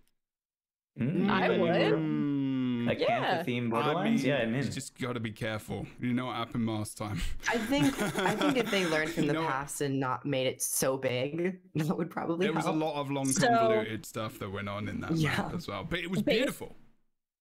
Based on my experience in World versus World and my expertise in the game mode, I would like to put forth a theoretical map. So I want the whole thing to be underwater. And then I want there to be a... Oh, God. Everyone just disliked this video. I think some of it should be underwater. And I think some of it should be in the city streets. If we got fighting in the streets of Kaineng. That would be fun. That would be really fun. By the way. Because it's so open. I would like a more like diversified map. Well, like, I think that could actually be super cool, because one of the things that I loved the most from Factions was the city. And I loved that, like, so often in MMOs, you see zones that are like a big open zone with enemies or an army or monsters. But I thought it was the coolest thing ever to have, like, a city where you have, like, parts of the city that are dangerous and like a seedy underbelly to the city where all this stuff is happening and these different gangs and factions are like competing against each other. I think it could be so cool if they did some kind of new mode that was more like that, where you were in something like Kaineng, or like there were different layers to it, where there even was like that underbelly of the city or above, and like different places you could go, or Guild Fight Club. Yes, I think it could be super neat. Or you could like vie for territory as different like rival That's a gangs good in the point. city. Did you talk about Mhm. GVG? Did you talk about GVG with all of this? Guild versus Me? guild? Yeah, anyone. I mean, I thought this was going to be something you would bring up. Well, I was thinking I if think it's World kinda versus hinted at. World. I think I was thinking if factions wasn't going to be tied to World versus World Cantha faction lore. I thought it would be cool if it was factions tied with Guild GVG stuff, new GVG stuff. Okay. Well, they could be. I mean, they were talking about 15 versus 15 instances. Hurix actually might be able to remind me about this when this wasn't. Hello, by the way. When this was something they announced. I'm not sure if they made a post about it. I can't remember. It might have been part of their alliances one. I can't remember. But they did talk about this a long time ago. Like 15 versus 15, about bigger instances where more players versus more players, and there was an inference on some kind of. They didn't call it GVG because they don't want to call anything GVG, and I still don't understand why, and I still don't understand why they don't do this. And I don't even care. Like I don't really care that much. I'm just at the point where I'm like, there's this community of people that want a thing. And it doesn't feel like it's that difficult to do. It just doesn't. It just doesn't. I just don't understand it. And it's just got to a point where just give it to them. Just give them an arena with an area where people can go and kill each other. It's like PvP. It's just bigger and flatter. Like, just you don't even have to have anything in there. You don't even it can literally just a be white grass. blank texture We box. literally just used like, to and just fight. like GVG started on the EU. I was there at the beginning, man. I remember this stuff. We used to play on the south side of the map at the windmill, and you used to just fight below so people could watch from the top. And it was just, that's where it all began, man. Like, you know, well, it began in Guild Wars, and I'm very sad I missed that. But like, I still don't understand.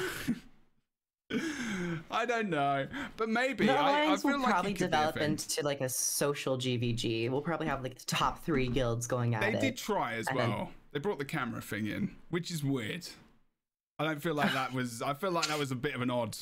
They were like, "Here's a thing." It's not great. In all honesty, they tried. They tried. They need to give it to them. They just do it. Just do it. It will literally just make a whole community flourish. And in all honesty, it will. It doesn't feel like a big tool that needs to be put in the game. The arenas were put in. Just do it. All right. I'm just saying, it's going to be an easy thing for them to do. I feel like I'm hoping for that community. I don't really care for myself. I'm not being like for myself, and that's just an honest thing.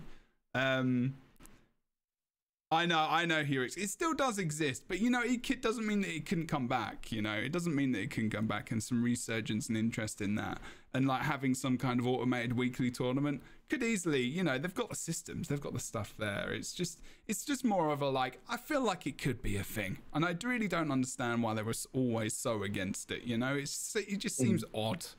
It just seems odd. I don't know why. Does anyone know why they were so against it? Why they just never had it?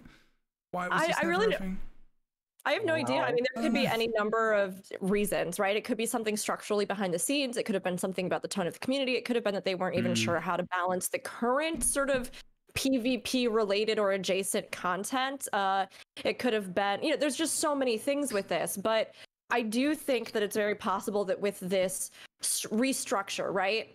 With this alliances with the, you know, world restructuring and things that they're doing here, that this will create, again, more stuff that they just already have in the game that makes stuff like this just feasible, you know? Yeah, where it's I like, think there will be those kinds of like, there will be those kind of more guild. So you're saying is kind of the inference is it's going to be more guild versus guild inside of World v World. So we're not going to be pulling people out of this, and there's definitely going to be those kind of, you know, things developing in there. That makes some sense. and That makes some sense. if they like already have a system in place with like all the different stuff they're doing with this, if they're like Jigsaw, if they're building it, Vogan, if they're voguing it up, I think that like having something even like an arena where you could face off, or you could sign up as guilds to, you know, face off against each other. Like, I think that they will already have an infrastructure for doing stuff like this and being able to identify as guilds and alliances. So like, this could be, again, a step that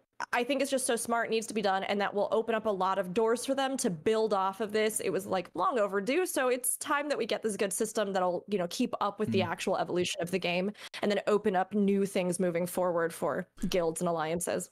I am going to shift us on because I didn't think we'd be talking about alliances for so long. Apparently that's the best thing that's happened when we really should be. And at the end of that post, they were talking about something which is really big, but I'm not going to talk about a massive amount. And if anyone has anything else to say about alliances, oh, I got a lot to say. I know. We can probably have when it comes, we'll have a dedicated podcast. I promise. Yeah. The 27th, 18 days away. Yeah, it's not far.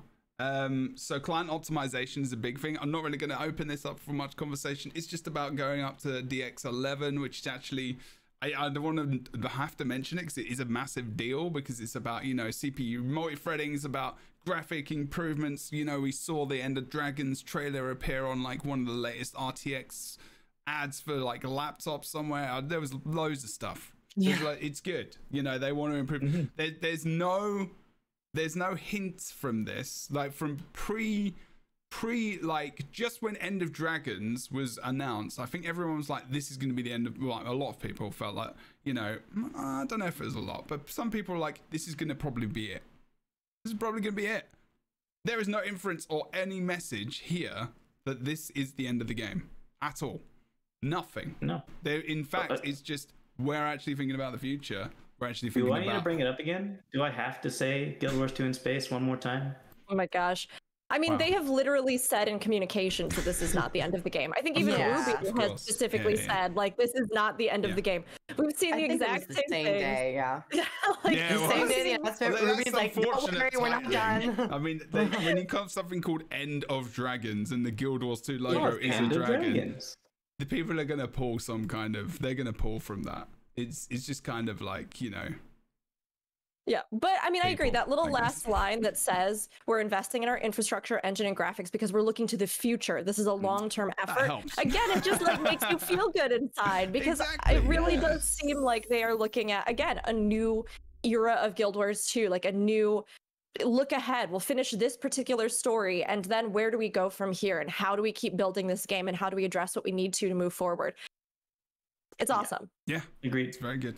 And all good. Hopefully, the 30 series of graphics cards are available. But please, NVIDIA. Because, like, actually, I'll be able to get a graphical improvement on Guild Wars 2 by the looks of things from my 1080 that I've had for like 5 or 6 years.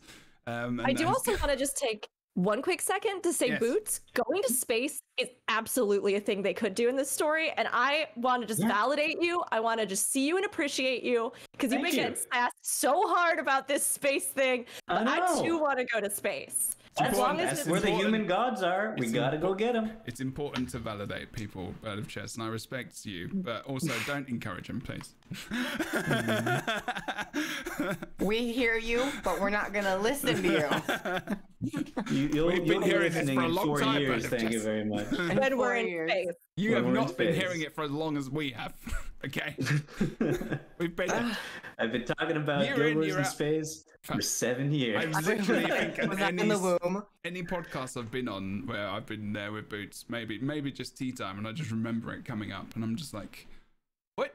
This podcast is about PvP. How did we get to space? Where are we going? No, don't say that. We're staying here. We're staying in the podcast. Right. I wouldn't mind another planet, but well, that's okay. You know, World of Warcraft did it, but it was like hardcore in their lore. Like Draenor was a whole thing. Yeah. That's other planets. Thing. Like, you know, it's okay. I mean, as long as we don't look as bad as an Outlands clown, I'll be down. I'll be there. It's also hardcore in Guild Wars 2's lore, because humans aren't Frontieria. Yes. Like it is foundational in the lore. I just don't want to be. I just don't want to have spaceship battles. That's what I don't want to have. But okay, Kroof, I need you to open yourself to the possibility of joy, and I need you to embrace it. Oh my God! Talking about joy, legendary Armory is arriving on the 30th More of importantly, July. Kroof, you'll change your mind about spaceship battles when we have ship battles going to Cantha. Well, that's okay. I like being in water. Yeah, but because I live by the coast. If it doesn't beat Sea of Thieves, my parents threw me in the ocean when I was 2. I had to fight for my life. I'm used to that. But space, I've never gone. I have no connection to it. So, on the 13th of July, this is the same. Was this the same day? No, this was a little bit later in the week. Yeah. By this point, I'd completely forgotten about Legendary Armory. I'd completely forgotten about it. I was like, all this stuff had happened, like the expansion, you know, announcing that it's going to be released later. It's going to be 2022. Josh is back. Colin's back. There's JT. Important to mention that JT is a big part of this as well. Really don't want to lose sight of him there being like the co-director with Colin Johansson. That's important to remember. And you know, all the awesome work they're doing together, and the realization that they need to change and they need to do new stuff, and they need to appeal to not only the veterans of the game and the people who've been here for so long, but also to new players that see the direction and new changes that are coming in for Arenanet and Guild Wars 2 to attract those new people, because they need to get new people into the game. They have to. That's the only way they're going to survive, and that's how they've survived. They've been able to do it before. They can probably do it again in even better ways. And the Legendary Armory is one way to definitely appeal to veterans for sure, and new players, especially because, you know, they're giving everyone a legendary if they play for all the stuff that they're getting for free. So the Legendary Armory, I'm not going to read, and you can pick up through bits from this if you want, mainly guests, but the Legendary Armory is coming on the 13th of July. That is next week. That's next week. I don't even know if this is going to be out on YouTube by next week. Are you saying that I have to get all my legendary armor before next week? Yeah, otherwise you're not going to be able to use it. Yeah. Oh, damn it. That's a joke, by the way. If anyone's new or listening to this, I'm not going to suddenly just randomly tell you that's a lie. But it's just boots. Does It's for boots. Yeah. Just boots. By the way, guys, everybody in chat, any devs listening, if you just want to give me all the legendary armor, it'll help me with my videos a lot. Oh, me too. Yeah, I need it all. PvP is your best bet. PvP if you want to give me some weapons so I can go get some provisioner tokens, that'd be wonderful. Well, it depends if you want the look, right? Because if you want the look for the PvE stuff, you go to do the PvE armor. If you don't care... You're not playing Guild Wars 2 for the fashion? Yeah, Jeb, sorry. That was the... No. I do. Of course I do. What are you talking about? You do? Your characters don't say that. Wow, crew. Oh, wow. Oh my god! Have you got any legendary armor? What? The ultimate, I am so bad ultimate Guild Wars 2 disc. Dude, I'm sorry. Wow. No, you have great characters. I mean, like, joke. This was actually fair. This was actually fair because Jeb burned boots so egregiously earlier. That was before the stream. Or was it during the stream? No, it was during the stream. What do you mean before the stream? Everybody here saw that burn. They felt it. They got second-degree burns from what you did. I had to.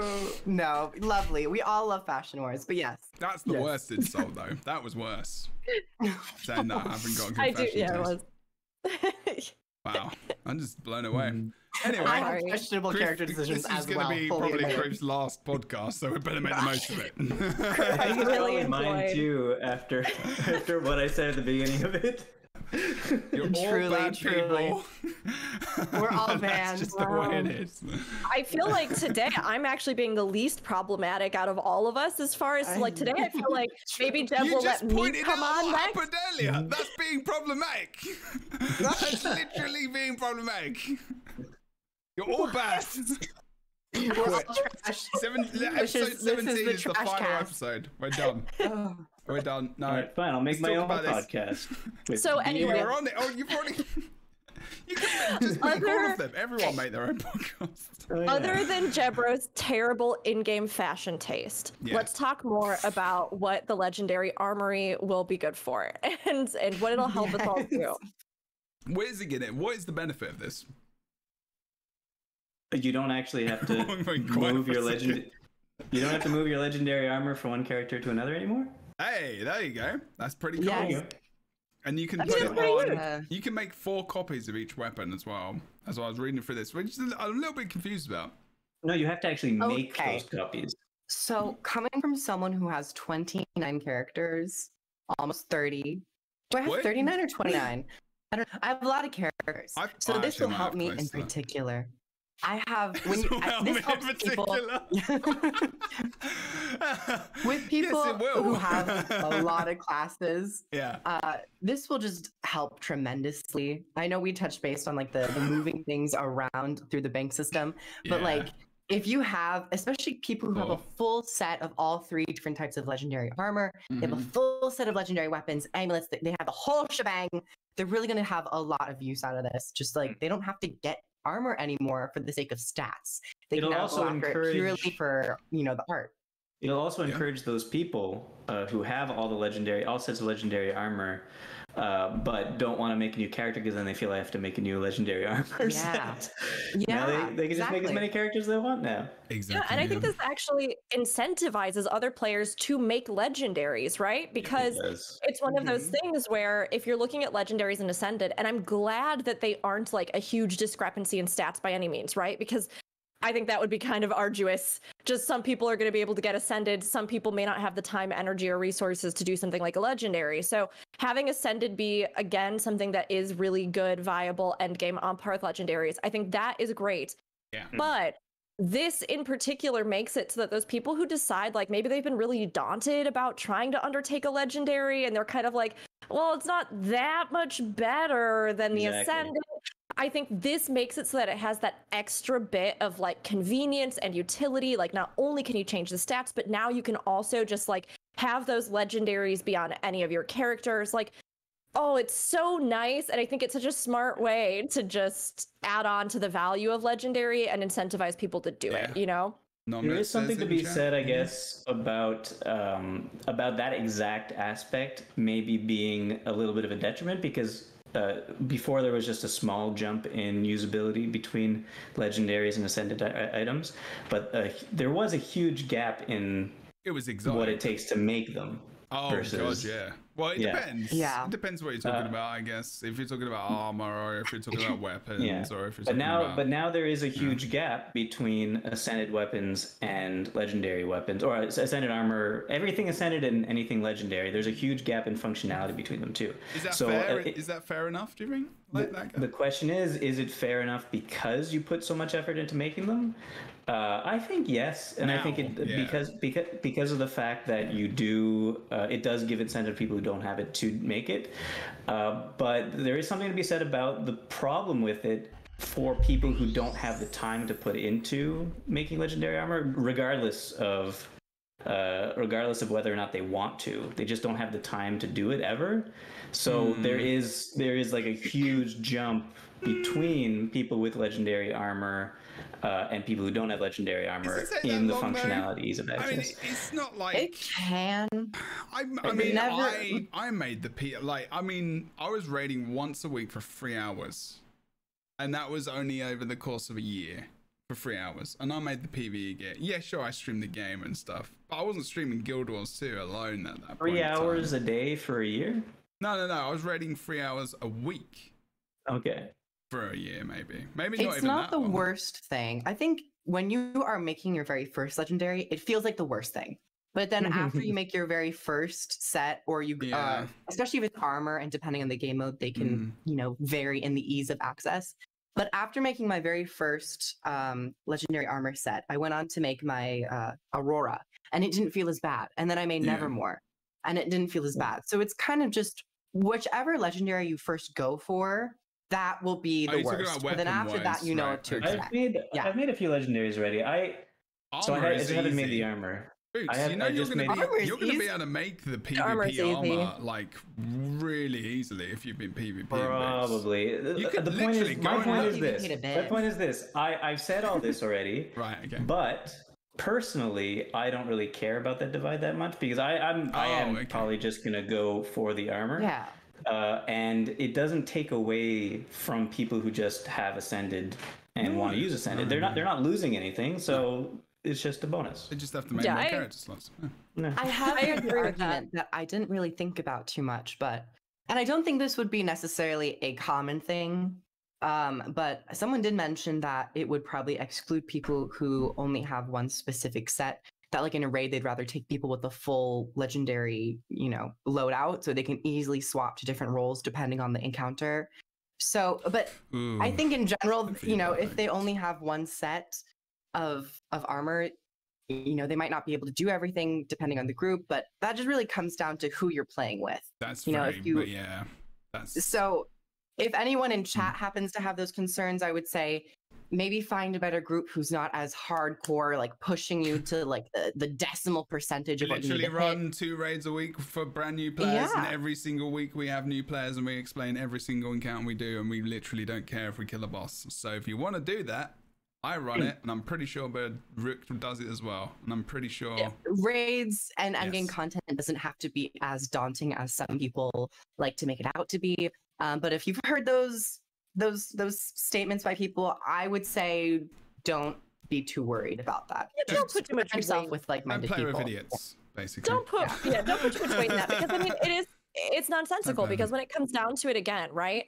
Legendaries and Ascendeds, they are the same stats, right? So it's not like if you have one legendary set and you're like, oh, I've got it spec'd for this one thing and I don't want to take the time to switch it, or whatever. It's like then if you still have, I mean, gosh, all you really need to do raiding is at least base exotics, and like ascended accessories. That's really all you need. But like, it's not ascended items. What I really like, and what I think kind of covers some of this gap that you were talking about, Boots, is the fact that like there's a lot of different ways to get ascended pieces. There's so much stuff you can do, from guild missions to the berry farm to raiding to like, there's so much stuff that you can do, crafting. You can get those sets in a variety of ways that work for you. So there's more flexibility to get more of them. So if you're a player who can't put the time into doing something like a legendary, although to be fair, I think if you just making a legendary part of your long-term goals in the game and kind of chip away at it, I think anybody can do it, because it's in small parcels, there's like little bits, right? So it's not like you have to do it all at once. But like, if you can't, or you don't want to, or you're just not really interested in the appearances or whatever it is for that, like there's plenty of ways to get ascended. If you do decide to get legendary, this now makes it so that there's legendary, the investment in the time, super worth it now. Yeah, it's like super worth it, and it makes it feel extra special. And I think it also highlights legendaries as a draw of this game, right? In a way that's like, hey, we are still building out what these are, and we're still like adding features to them to support them. And for sure, you're right. Yeah, that's a really good point. I mean, a content creator actually, which is, I'm going to mention their name, is Shay. Damn it, I can't remember her name. I'm going to pronounce it wrong. Let me see if I can find it. But she was talking about her goals on Guild Wars 2, and how they've moved away a little bit. Probably just because Ariana. Shay. Shay. And like, I was like, you know what? Go and play with the things you want to play. But for them, like, a big goal was getting these legendaries all created and built. And they're not really sure where to go next, because I think like that was just their goal. So that's an example of, even just a streamer or creator that had this goal in mind. And obviously, playing one game is very tiring as a creator, which is why I don't do it anymore. And just because like I just find joy in many different things, but we all do different things for different reasons. But that was their kind of goal for a while. So it is definitely a lot of people's. And obviously, while we're doing this stream, anyone in chat, like, what is your goal when you're playing? Like, is legendary weapon your goal? Is one of the things? It was legendaries have definitely been a thing where I'm like, if I'm stuck of what I want to do, I will go and probably try and look at least at trying to get it. Mine's always been just to have fun. Yep. Man.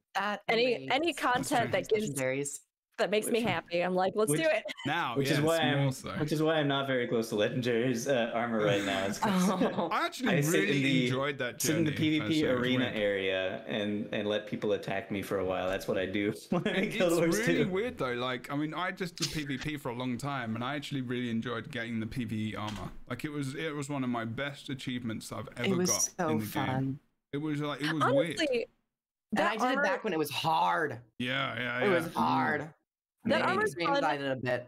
It's fun to do with people. So like, if you find that, like, I don't know if there's a group or if you start popping in for some raids or things, this is how some of our raid leads with our learning progression raid parties that we run started doing it. And they actually got me into doing it because they were like, hey, Rook, open that achievement up. What's on there? Oh, well, if we go hit this boss, then you can get the thing from it. And I was like, go and touch this thing, get the thread from Gorsavor and all that kind of stuff. Yeah, we still do that. Yeah. But it actually like gave us some direction and structure for some stuff to do together. And like, I thought that was really fun because then we, took a little we took a little poll of everybody. Who has what? What do you have? Okay, great. So we'll schedule on this day that we'll do this thing and that thing. And then maybe afterwards, do we have time? Chalk Garen's up, so let's go run and do that. Oh, God. And that was such a cool thing that they did that even like changed my perspective on how I thought about it, because I had really just kind of thought about it as my own solo grind that eventually someday I would remember to do, and I'd probably do it, but to make it something social that we could then integrate everybody into. I always hear all the time that people are like, I don't know what to do with my guildmates or my friends, or like, we're tired of running guild missions. Like this kind of stuff, you can really do most of those achievements. I think some of the hardest ones are like Zira. Like, there's like a few of the different bosses that are kind of tough on there. But like, other than that, a lot of the other ones are pretty accessible, and you can, find groups. And even with those harder ones, I think now all 3 of our learning progression raid groups have cleared Zira as of like this last week, which was so exciting because, for a long time we had a bunch of brand new people to raiding, and that was a big like goal down the road. So you can do it. People can do it for sure. Nice. All right. And if you're a lone ranger like me, you can pug your way to the top. You have 39 characters. You only have rangers? Oh my God. No. Can I also say, Kroof, that I am a little bit disappointed? Like, I love you. But I'm a little bit disappointed that you don't have 69 characters. Yeah, I was gonna say that. Yeah, this is true. Actually. Did you see in the you need to have goals. According to Jebra, you need to have goals. So there you go. That's your goal now, Kroof. Goals are good. Eventually have 69 characters. That's my only goal. Well, there's actually, I was reading about something. I'm not going to tell you what it's in relation to because you can probably guess. But like, there's a lot of like different theories and stuff out there about different things that people do and whether or not you're more goal or more pleasure oriented. Okay, and you just got to think about those things. What if your goal is pleasure? Welcome to my world. Oh my God. I swear on this podcast, I always need to pee. I just feel like I need to pee the whole time. And the thing is because I'm going to tell you why. Talk to a doctor about that. No, it's because you make me laugh all the time. And three things in life: pleasure, goals, and pee. Yeah, well, peeing. Like, I mean, it's because I'm laughing and then it goes away. And I'm like, I don't actually need to. It's just because I'm laughing too much. There was this thing, it's the little things, talking about pleasure. It says it in the podcast, well, I just said it. It says it in the actual blog post. And if you're watching this, you'll know what I mean. If you're listening to this, then you've probably stopped. And I'll shut up. Because everything's bad. This congratulations screen. This isn't a congratulations screen when you get a bolt, is it? This is something new, right? Were we talking about it a while ago? We were talking about something that would pop up potentially. They don't seem to talk about. Did they talk about this much in the post? They don't too much, do they? By the way, Jeb, you mentioned something about 4 copies of Legendaries. So the idea behind that is it's not that you get 4 copies of a Legendary, it's that it can store 4 copies of Gold. Is that so on like top if you of the ones you copy and put onto characters? No, it's not. So that's on different characters, you could have you could have as many copies as you want. If you have 29 characters, you could have 29 bolts going around. But the idea is that since like a warrior, for example, could double hand bolt, and has 2 weapon sets, so technically you could have 4 bolts if you ever wanted to for whatever reason. You mean you have to make 4 for you that character? You have to actually make 4 bolts for the character, or you could make a bolt and another one-handed sword that's legendary. What is the other one-handed sword legendary? The Shining Blade. Shining Blade, and then you could you transmute the Shining Blade into another bolt, and it counts. And no longer cost transportation charges. There you go. That's another thing. Well, legendary, yeah, that's good. I hadn't even seen the thing about the congratulations. That little note about binding a legendary to your account will offer a little more fanfare and some hints about your item's nature, origin, or previous owners. We were talking and you're about right. this. We were talking about exactly that and hoping that they would do something like that. I love that. That's awesome. And it's a great way too to compensate for maybe like some of those that don't have their own unique quest or things like that and still make it feel like, you know, you have a story or narrative or history to them. That's really neat.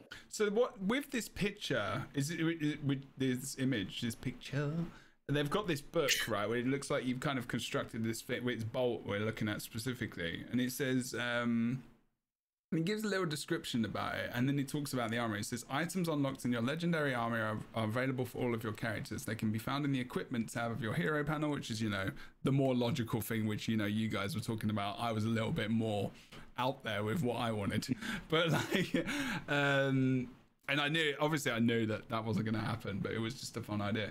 Can be found in the equipment tab of your hero panel alongside all of your other equipment. Okay, did they have any other images? They did. So I'm just looking at the equipment panel here, and they've got this kind of this screen, which isn't massively helpful. I think it's a little bit confusing. What I would love them to do is to make video instructional things, or just like little sequences where they're like a tiny little thing like, look at this, when you get this legendary, you unlock it, and blah blah blah. Although they want you to have that experience in the game, I understand that. And they've always been like that, to be fair. ESO does it so differently.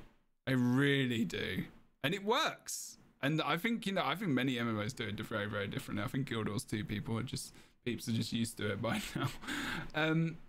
It looks like it's, you know, a pretty damn good system. I mean, it looks pretty solid. I don't know if there's anything else that we really need to talk about. Is this like, you know, we want it, right? We're happy. Yeah, it doesn't matter if you want it or not. It's coming next week. Yeah, it's going to work well with build templates as well, it says. Oh, I will point out that I would like for to expand on the ability to hide certain legendary effects, because I think that is the thing, that Aurora doesn't have an option to hide its visual effects, back items or back items you can't hide, or a couple whatever other visual effects. I hope they expand on that, because I was originally under that impression that all of them could be turned off, but it seems like you mean on from the image. You mean on all the trinkety ball stuff? Yes. Yeah, those. the big spheres that roam around your head. I would like to not see those all the time, because they do make certain fashion styles they're very a little obnoxious. Weird, but yeah, they're not my it's overly visually excessive. Yeah. So I would like to do. Unheard of. I know I'm making very bold statements, but no one's made these statements before, and I hope they reach the developers' ears. Yeah, begone. That's what they say. They say begone magic spheres. Spheres. I can't say that with that. Legendary trinkets. I just realised that no one has context if they're listening to this. And I said that. Legendary trinkets that are available with and without visual effects like conflux and transcendence, which will now feature visibility toggle. I think that's important, like you say, to have that available for all the kind of spinny ball stuff that is around your head. The only other thing that they could do to make this even more intense and epic and make me immediately try to start crafting every legendary would be if they made it so that you could dye legendary weapons. Weapon dyeing is something that I would love to see. I'm not even joking. Like, if you can, there's so many glows. Because it's not like they're gonna come out. So okay, absolutely right, Rook. Because with ascended weapons, there's different color dyes based on whatever thing you're using, right? Whatever weapon stat you're using. So that's how they avoided being. You know, there are a lot of different weapons that have different shades, so you don't have to dye weapons. However, they're not going to come out with another bolt that's a different color. Yeah. That you have to get as a legendary. So yes, I agree with you entirely. They need to add that. That would be the last legendary. That would actually be awful. That would be the worst. This new sword, it's called Static Shock, and You have to do the is collection. the same. It's the same design. It's just not colored green. In I'd all be like, honesty, no. like having to craft another item because they've just changed the color and they need to call it something else because you have that legendary, you can then craft that different thing by just adding this item to it would be cool. That would be That'd cool. be fine. But That with would the be legendary Mystic armor, Forge it and like. Yeah, oh With my the god, if the legendary legendary armor coming armor out, could they just won't be able to do that completely anymore. change the look of it, that would be cool as well. Oh my god, I hate it so much. after legendary armor, they won't be able to do that anymore, though, because you can't. I don't think you could take legendary items out of your armory. No. Yeah. Well, Maybe- unless you craft it first. And then, I don't It was talking about Yeah, I guess binding you stuff. I guess, could. right? You could like craft a different one and then submit it to the person and get the different color, like upgrade it and then put And it. might Yeah, as, but you're might right. as well it would just craft static shock instead. So we'll just go with the You could die. do. We'll just go with the die option. Yeah. Yeah, Seems I mean, a lot well, I mean, simpler. you can like, I mean, you can obviously you could just go and craft that, but then to get the original look, you'd have to get a different. I don't know. It's just. But I Right don't now, trust. dies. I don't trust people in general, so I would want the dies to be limited. I mean, I think that's a Because- different issue for a different podcast, but you know. It would just be like permafrost dyeing the entire weapon, so it'd be like this blank white. I wouldn't trust There's people. already weapons out there that with that. That's the chaos set. What would you Chaos is there. dye? What would you dye the unicorn bow if you had a chance? black black. and red. Yes. Yes. All It right. was the only saving grace. I'd leave it. I think. And throw A in the nightmare. bin. The thing is so annoying to like just listen to permanently. Jesus.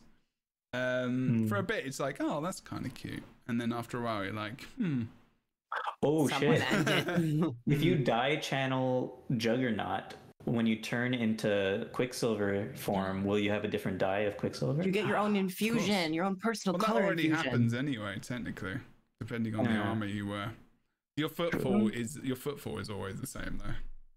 Mhm. If you ever try infusions with Juggernaut, you know what I mean. Very good, so fun.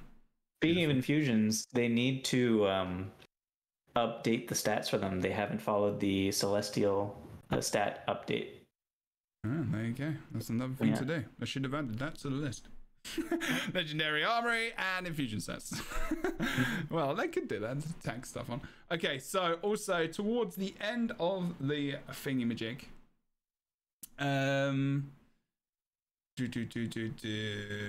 also they remind you about Living World and everything else, and then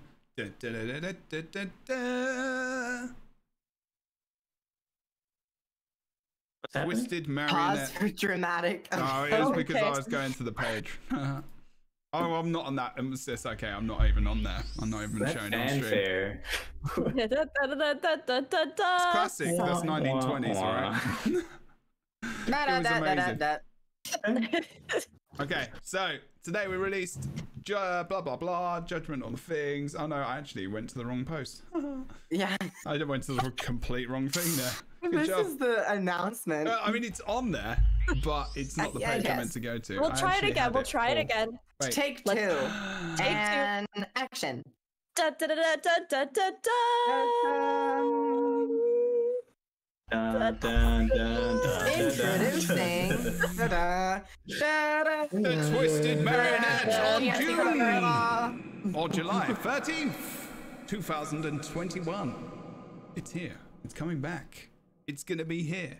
The same day as the legendary Armory. Look at that. Ooh. Coincidence? I think not. Coinky dink? I think not. All right, let me just show the actual Peggy thing. 12. Oh, this is gonna be very loud. I'm sorry. I like the new art. It's very nice. It's super cool. This looks amazing. It's a very good video. I don't think anyone I don't think the stream can hear the audio actually, so I'm just gonna turn it down myself. But like, the whole thing's back. It's back. I don't know if they're gonna change it at all. But yeah, cool. Okay, so we do. This is gonna be. You go through Eye of the North for this now, right? That's my guess. I have Yeah, no it idea. says, those who fought the Twisted Marionette years ago still remember, and so do the Mists. Travel to the Eye of the North with your squad and bring the Marionette down. So yeah, it's gonna. This is amazing. They're translating the Dragon Response missions to being able to bring back old content stuff that was in the world. Yes, please. That is very smart and exactly what we wanted, I think. Now the question is, though, is it because they didn't figure out a good way to put it in the actual world? Because before it was like a world boss for a short period of time. Yeah.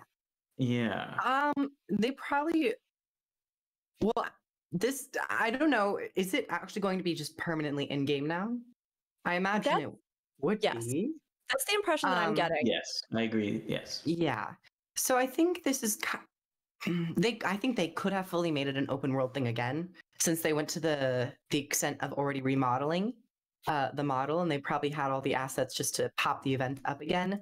But this could be something where they're testing things out to maybe implement more of season 1, because they were already doing season 1 through the scrying pool, and so now they're testing out the marionette, and then maybe this is a gateway into the Battle for Lion's Arch, because I know these are many things that people want. So yeah, it's maybe a bit of a test, maybe a bit of actual back-end things that they were like, this wasn't going to work, but I have no knowledge of that. So but it will feel different because it might not be 50. Or is there confirmation that this is going to be like a 50-man thing? It's going to be the same thing, isn't it? They had two versions of it, didn't they? Back in the day, didn't they have two versions? They had a big version of it and they had a small man version of it? I don't think so. No. I don't remember there being a smaller version. I just remember playing the open world stuff. It would just fail or not fail. That was just it. It was just like, you would just like, you go to the map, and if it was on there, you'd be cool. Because it was happened live on the map. It wasn't instanced. It was just there. It was just a map thing. Yeah. It was like LA, right? You know, with the Battle for LA, it was just, that was happening on LA. And if it wasn't, like, you would just, because it was still, was it mega servers back then? Yeah. Ooh, I don't know. Yes. So this is not going to be. So it's not going to be a world boss, essentially. Yeah, it's not. No. So this is a thing, isn't it? Like, if it's instance, like, what's the deal? Or is it going to be the same as? You know what they're going to do, don't you? It's just going to be the same as Ice Brew Saga.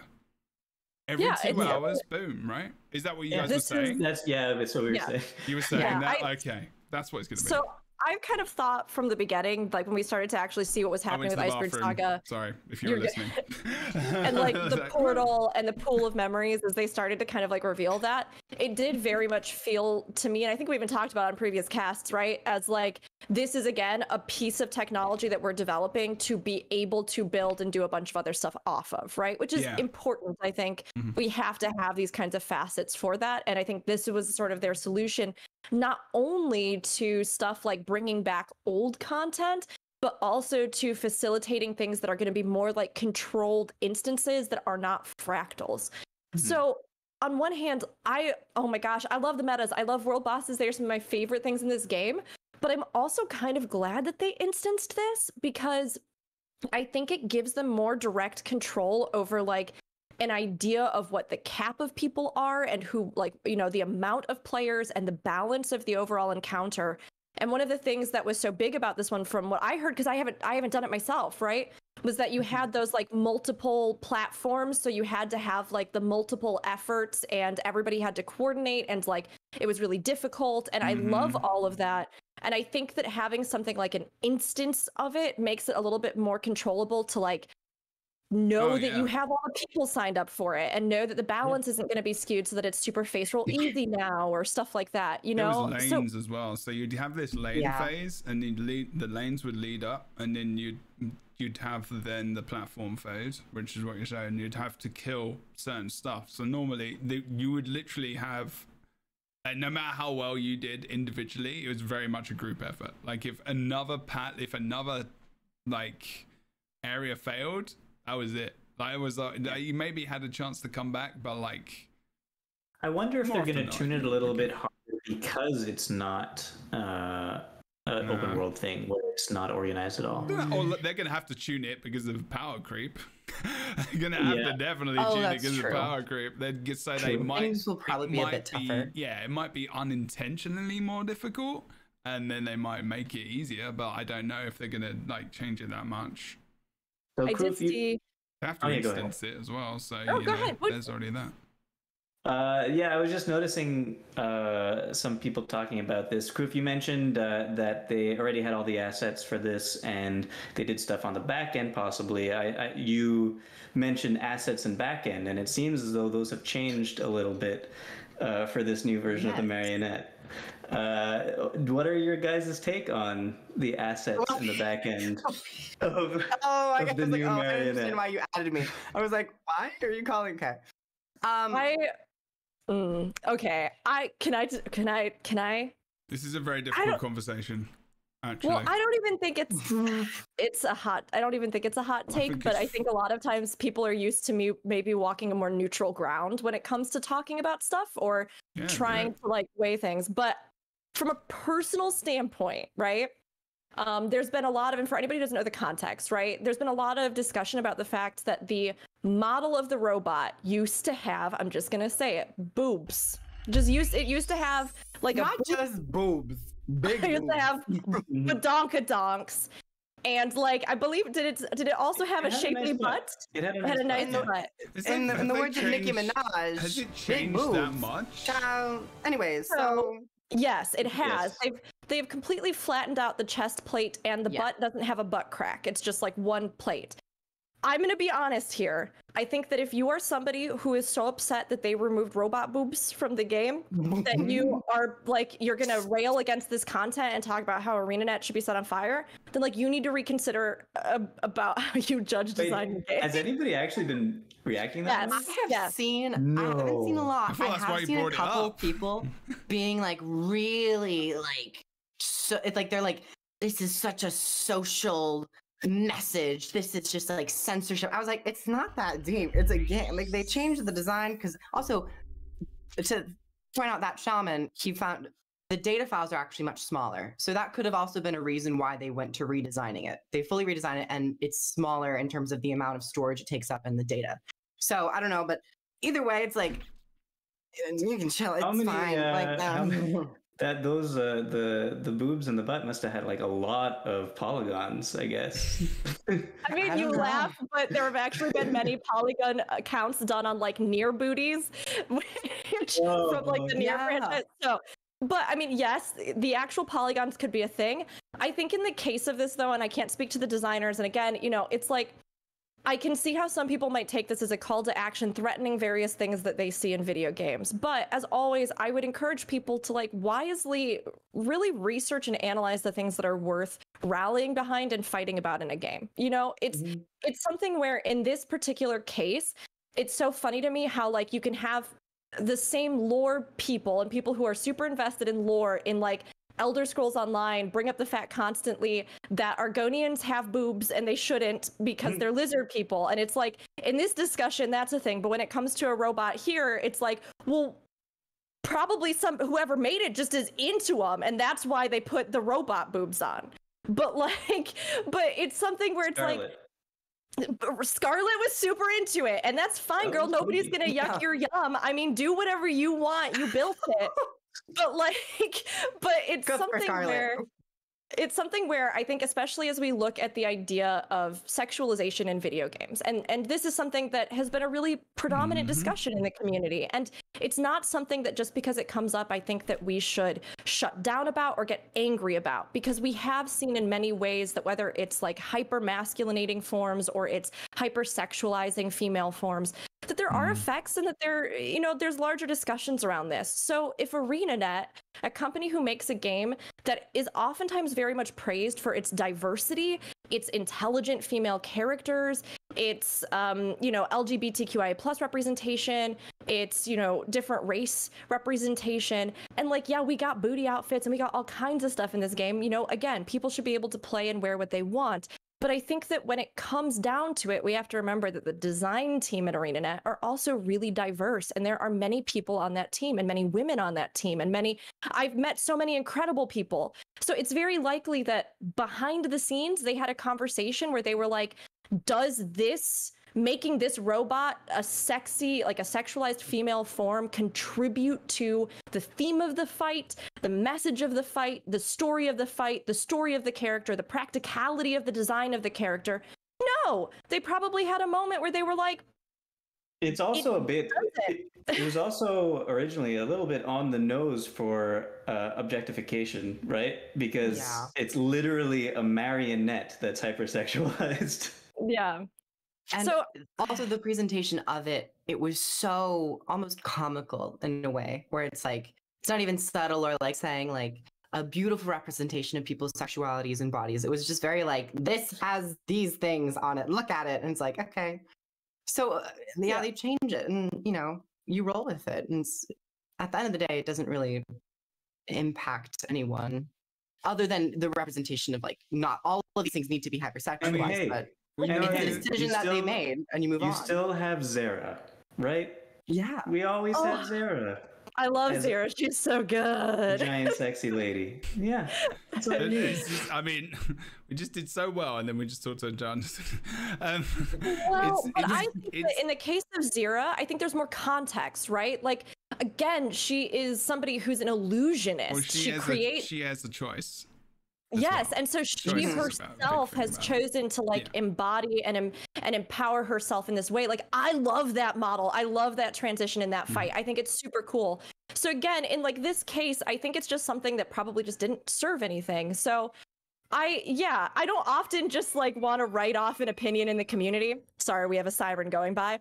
I don't often want to just like write off an opinion in the community, but I would challenge people to really think about why exactly that opinion, if it's something that did upset you or does make you angry or makes you take to Reddit, like examine why that might be. And if it really actually affects anything at all in like the context of the fight, you know? Yeah. I mean, I just think it's important to do. It's a big, I think there's a very underlining, and this is more of an opinion thing and more of an unconscious thoughts and feeling thing, as well as maybe what a couple of people said when reading stuff about this. And I always like to look and think about whether or not it's the psychology behind it or the just raw feeling behind it, is that people think it's a political thing, because of also thinking about the wokeness of Arenanet, Guild Wars 2, or whether or not they're thinking about all this other kind of stuff. And when people always affirm wokeness to be a negative thing, or to be something where, you know, we care about each other and how we're represented in the media or how we're talked about as people, I think that's bollocks. And we should always be trying to make each other feel good. We shouldn't be making each other feel bad. And that's just what it's about to me. And if that change has made people feel better, outside of you being hurt, that the fact that something has changed because you don't like people treating each other well, then go fuck yourself, basically. And frankly, maybe it'll get people to actually do well. Do you know what I mean? In the raid. It's just in the fight, like you're just not distracted as much anymore. So that's more simple. But like that's my very strong opinionated view, obviously. But like, you know, it's just like that's just the main thing about it. They just want people to be represented better, I feel, in my personal opinion. And we should be, and people get hurt by that because they don't like it. They want people, they want to see things in this way, and that people are just going to be that way. And like, I think Arenanet should just probably either, they're not going to have to really probably take much note of it because Reddit is Reddit. I don't think they're going to make a comment or a statement about it. But I think, you know, with how they are and the crew they've got working over there and how they're always thinking about and talking about, you know, like Rook said, issues LGBTQI plus community. They talk about, you know, there's disability. We're talking about loads of different stuff in different communities, you know, talking about how they support cancer, how they support all of these different things, kids, friendships being made between people, connecting people, mental health. They have to be vigilant in this kind of arena because it's an important way. That's how they want to represent as a company. And, you know, the majority of people who are probably complaining are probably men who are in their late teens, early 20s. Yes. And it's just like, you know why they're doing it. And it just feels like, you know, why are we bothering with this conversation to a degree? Because people are just annoying. But like, Yeah. I just feel like, I don't know. Yeah, it's just kind of ridiculous, and it's part of a community. I don't associate with myself with people like that. So I probably will when I'm counselling them, but like, and I won't have a choice, and that's fine. But like, in my own personal opinion of how I feel, like, we should just it's just silly. Yeah. To steer the conversation totally in a completely different light, because honestly, I feel like we've said what needs to be said about that, you know? Yeah. I did see people mentioning the idea of the fact that like Icebird Saga and or Eye of the North right now is what kind of like makes this content accessible, right? That there's some frustration with that, especially for players that might be playing through the story for the first time, that might want to like actually experience the season 1 stuff like within the context of what would be like their playthrough of season 1. And I do actually have hopes that as they continue to introduce over time like these bits and snippets of season 1, that we might actually see them put them together coherently and like put something else in there with like little cutscenes or something, and then make it playable from a hub that you actually could you know what I mean? It seems just logical to me. Is there anything you've heard of, Rick, that you wanna, because I'm pretty sure Boots and Criff have played this season 1, is there anything that you've heard of that you would like to see in there, or is there anything you've kind of roughly heard about story wise, or if Criff and Boots you didn't hear of, you didn't play those, is there anything you'd want to bring back? What was the question? Hour of Nightmare. Season 1 stuff. Oh, returning season 1. Battle for Lion's Arch. Oh yeah. Number 1 for sure. That's number Definitely 1. also the Karka Invasion Lion's Arch, because I want it to be done and less laggy. Oh, you mean Southsun Cove stuff? Yeah, the stuff before Southsun Cove where they were attacking Lion's Arch. Was that season 1? That was that before season 1. That was like that's just a random month one 2 of the game or something. Yeah, that was ridiculous. That was so ambitious. So what happened was, Rick, we've talked about this very roughly. So what they wanted to do was they wanted to have these events that were one-time things. We experienced it once for a certain time period. It was gone forever, and it would just change the world. A bit like Living World, but just in a day. On a day, in a month, in a year, in the span of the world and time. One event during when this thing would happen. Everyone was so excited, but no one really saw the downside of this. And I don't think they did either. The servers, especially since it was right after launch. Yeah, it was really close. So the population was massive. And then, like, I'm excited about this. I actually loved it. It was PowerPoint. We were relogging every 2 seconds to try and get back in. I experienced most of it. It was like watching a laggy PowerPoint presentation on Zoom, but where someone is presenting with like a 56 kb connection on like telephone internet, if I could even be that generous. And with what was awesome about it? Sitting in Mumble with 30 of my friends, all just enjoying this one-off event, and we'd all be enjoying like come online to play. It was awful, but it was amazing at the same time. And what it was so you've got the what's the area called? Is it called Southsun? It's called Southsun Cove, yeah. Yeah, so the whole area is there, and they brought this area and it was basically Karka invasion, and it revealed the map. There was just this big event. It's just the event that's there now. It's the same event. But there was we went from Lion's Arch, got transported there, and had to discover the map for the first time all together. And everybody got precursors. Oh, that was bugged, wasn't it? No, it was okay. So what it was is that everybody could finish the event once on their map, and by that you go kill the Karka Queen or something like that. Was the end. And the Karka Queen had like a 70% chance of dropping a precursor for you at that point. Yeah. And back when precursors were 40 gold. And what happened then was people realized that you could, after beating it, log out and then log back on in with another character and do it again. and you get another precursor essentially. So people were getting like 10 precursors that day. That was fun. I only got one precursor. That sounds wild. Yeah, I mean, that was unfortunate. There's just so many little tiny bits and pieces that I would love to see. I think for me, because I mean, of course, it's not going to be the same as like you were saying, being able to just log in and do it. But the things that to me feel really important in the story are at least one indicative introduction for each of the specific NPCs that were introduced that season. So like we got the one with Canuck, which was Canuck's initial mission where he's introduced. The bombs, but the poison stuff, right?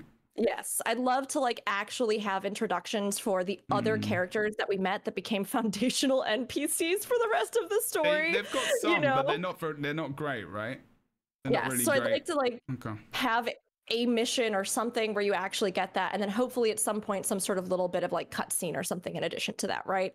So I love that. I'd also love the destruction of Lion's Arch because I think that one is also really pivotal, and people are confused a lot of times when you play through the story and you're like, wait, but I teleported into but the Lion's Arch is different. But I have been hanging out in Lion's Arch for a while, but why do I go into this weird old sepia version? So like for me, not the sepia tones. I think it'd be really great to also have something like that so we knew what happened. And then I think just a few other supporting things specifically about like Scarlet as a villain, who she is, what, you know, your initial impression is of her that can then set up some of the stakes for things, you know, in the next living season where you get to learn more about what actually motivated her and or seeing like her downfall. You know, to me, from a narrative standpoint and like things that I think would be a good investment for the coherency of the story, that's kind of what I would like to see added in. But I know there were a lot of other like fun mechanical things that would also be great little supplements, you know? Sorry, just a bit of drama in the chat. Okay, I know. I was like, at the end of the day, like my opinion is not. I don't expect everyone to agree with my opinion on things. I expect people to treat other people in my community and in the chat with respect. That person clearly has not been here that much and doesn't understand that, so they can do one. They don't say the things they're saying without getting some kind of repercussion for that. And that's the kind of conversation that obviously brings up, and you know it matters to people, and you can't dismiss people's opinions and attitudes about things that they care about and they're important. So Jebro, then would you say that my face is actually a very nice face? I would. It's the most beautiful face in the world, and I love it. I love it. I love it. There's definitely a difference between joking and what that person was doing, thankfully. So yes, I hear what you're saying, Rook, for sure. Yeah, it's just how they do it, right? And now it's a matter of how much is it worth it for them to do it. We're at a point which, you know, I mean, it's not me saying that I don't think they should, because there's, you know, it's to come and gone. I think that's an important thing they can do to help people really understand those characters, and it'd definitely be building towards, you know, even the next expansion potentially as well. Even if they just made some video about it, like intro to, like, you know, just like a cutscene, like of a video, like get the characters there, have a look back to the relation, like they could do a bit, it could be a bit like, you know, the relationship between different characters, make a short movie, I don't know, whatever you want to do, like they kind of did with end of like the season 1 review video trailer thing, which wasn't great, but it was, you know, better than nothing. Yeah, definitely. Something. Definitely the I forget who it was who brought it up. Maybe it was Rook. Maybe I forget who it was. But when someone said that the transition from finishing your personal story from the release of the game to going into Heart of Thorn story or Path of Fire story, Heart of Thorn story, or season, like you could only start in season 2, you have a whole new group of friends. It's like, hey, where did my group of friends go? Now these are my new group of friends. I didn't get introduced to them. I have no idea who these people are. So yeah, if they could have some kind of way to let you know why you're friends with Bram, that would be great. Yeah, please tell me why. I mean, they really need to is the thing though, because even like Canuck, right? And I hate saying this because I don't think I've ever admitted this online before. But as I was playing through the game for the first time, everybody was like, Canuck's the best character ever. I love Canuck so much. And I was like, that's that salad? That one? I mean, he's sassy. I was like, he's sassy. I like him. I like his face. I think he's nice. But I saw him for like 5 minutes, you know, like you just like barely interact with him. And people felt this like deep connection to him. And I kept waiting. I was like, do I get like a side quest at some point where like we get to just hang out and which part of the story were you playing for that? For him specifically, where people are talking about it, I think when he shows up again in Path of Fire, I want to say, was when people really started talking about it. Oh yeah, he's Path of Fire. His character was long set up. He's just that's the disappointing part with season 1 is that they set up these, and I was talking about this in comparison to Final Fantasy 14 because that game makes you go through everything. The sad part about Guild Wars 2 is that you don't have to go through everything, and not only do you not have to go through everything, a major chunk of the narrative was temporary, and it set up these characters to be your consistent cast that we see even today. So for people who are new, it can be very jarring, and I do think there needs to be a better transition, as we've all said for so many years. That's probably why Final Fantasy does it the way it does it, right? Like you literally, because you don't have a choice. I mean, you really don't. And like, unless or do you? I don't know. Maybe unless you buy something to skip everything. Yes. Okay. But even then, it's not like it's technically a choice for how the story flows. You just won't know who anybody is or what contributed to them, right? Okay. And it's interesting because in Guild Wars 2, you can skip around, but it's technically also a linear narrative. And so, like, for me, Obi says that I probably saw him for the first time in season 2. Yeah, I don't remember exactly. Like, people from the get-go were really, really hyped about him. And I really, truly now looking back, think that a lot of it was because of his setup in season 1. And like, when I even got that mission with him, I was like, I had no idea he was like a Robin Hood type. I had no idea that he was out here messing up this group to help like the people, like the little people who needed this. I had no idea about these traits of his character from like the time that I had met him. He was just kind of like sassy and sardonic and, you know, kind of contrary to everybody. But I didn't understand where that like him against the world attitude came from. I didn't understand why he kept himself kind of separate from everybody. I didn't understand what made him heroic or like connected people to him. And I think that's why in particular, character introductions are such a massive thing. Like when you think about, you know, the first time you ever encounter a character in any game or book or TV show, that's a pivotal moment that's supposed to showcase something about them to you that will then set the tone and foundation for everything that you build your understanding on with them. That doesn't always mean it has to be positive. You can start out hating a character, and then part of their journey is that you end up liking them. But there is a gap since so many of these characters were introduced in this season. And that's why for me, I'm like, even, oh my gosh, of course, I'm not going to remember her name right now. She's got Rox, yes.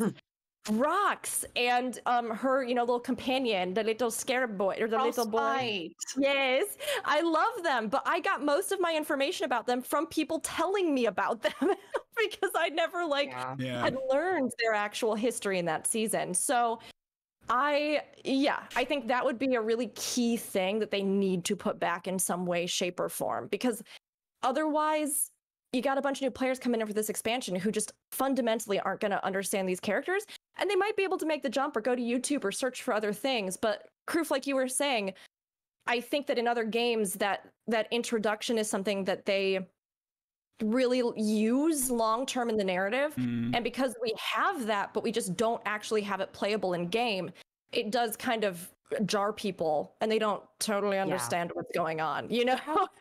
Perhaps Grouch and the head of the live development and the live development team could start working and looking at the possibility of extending their season 1 plans, because they already tried and started in Icebreed Saga.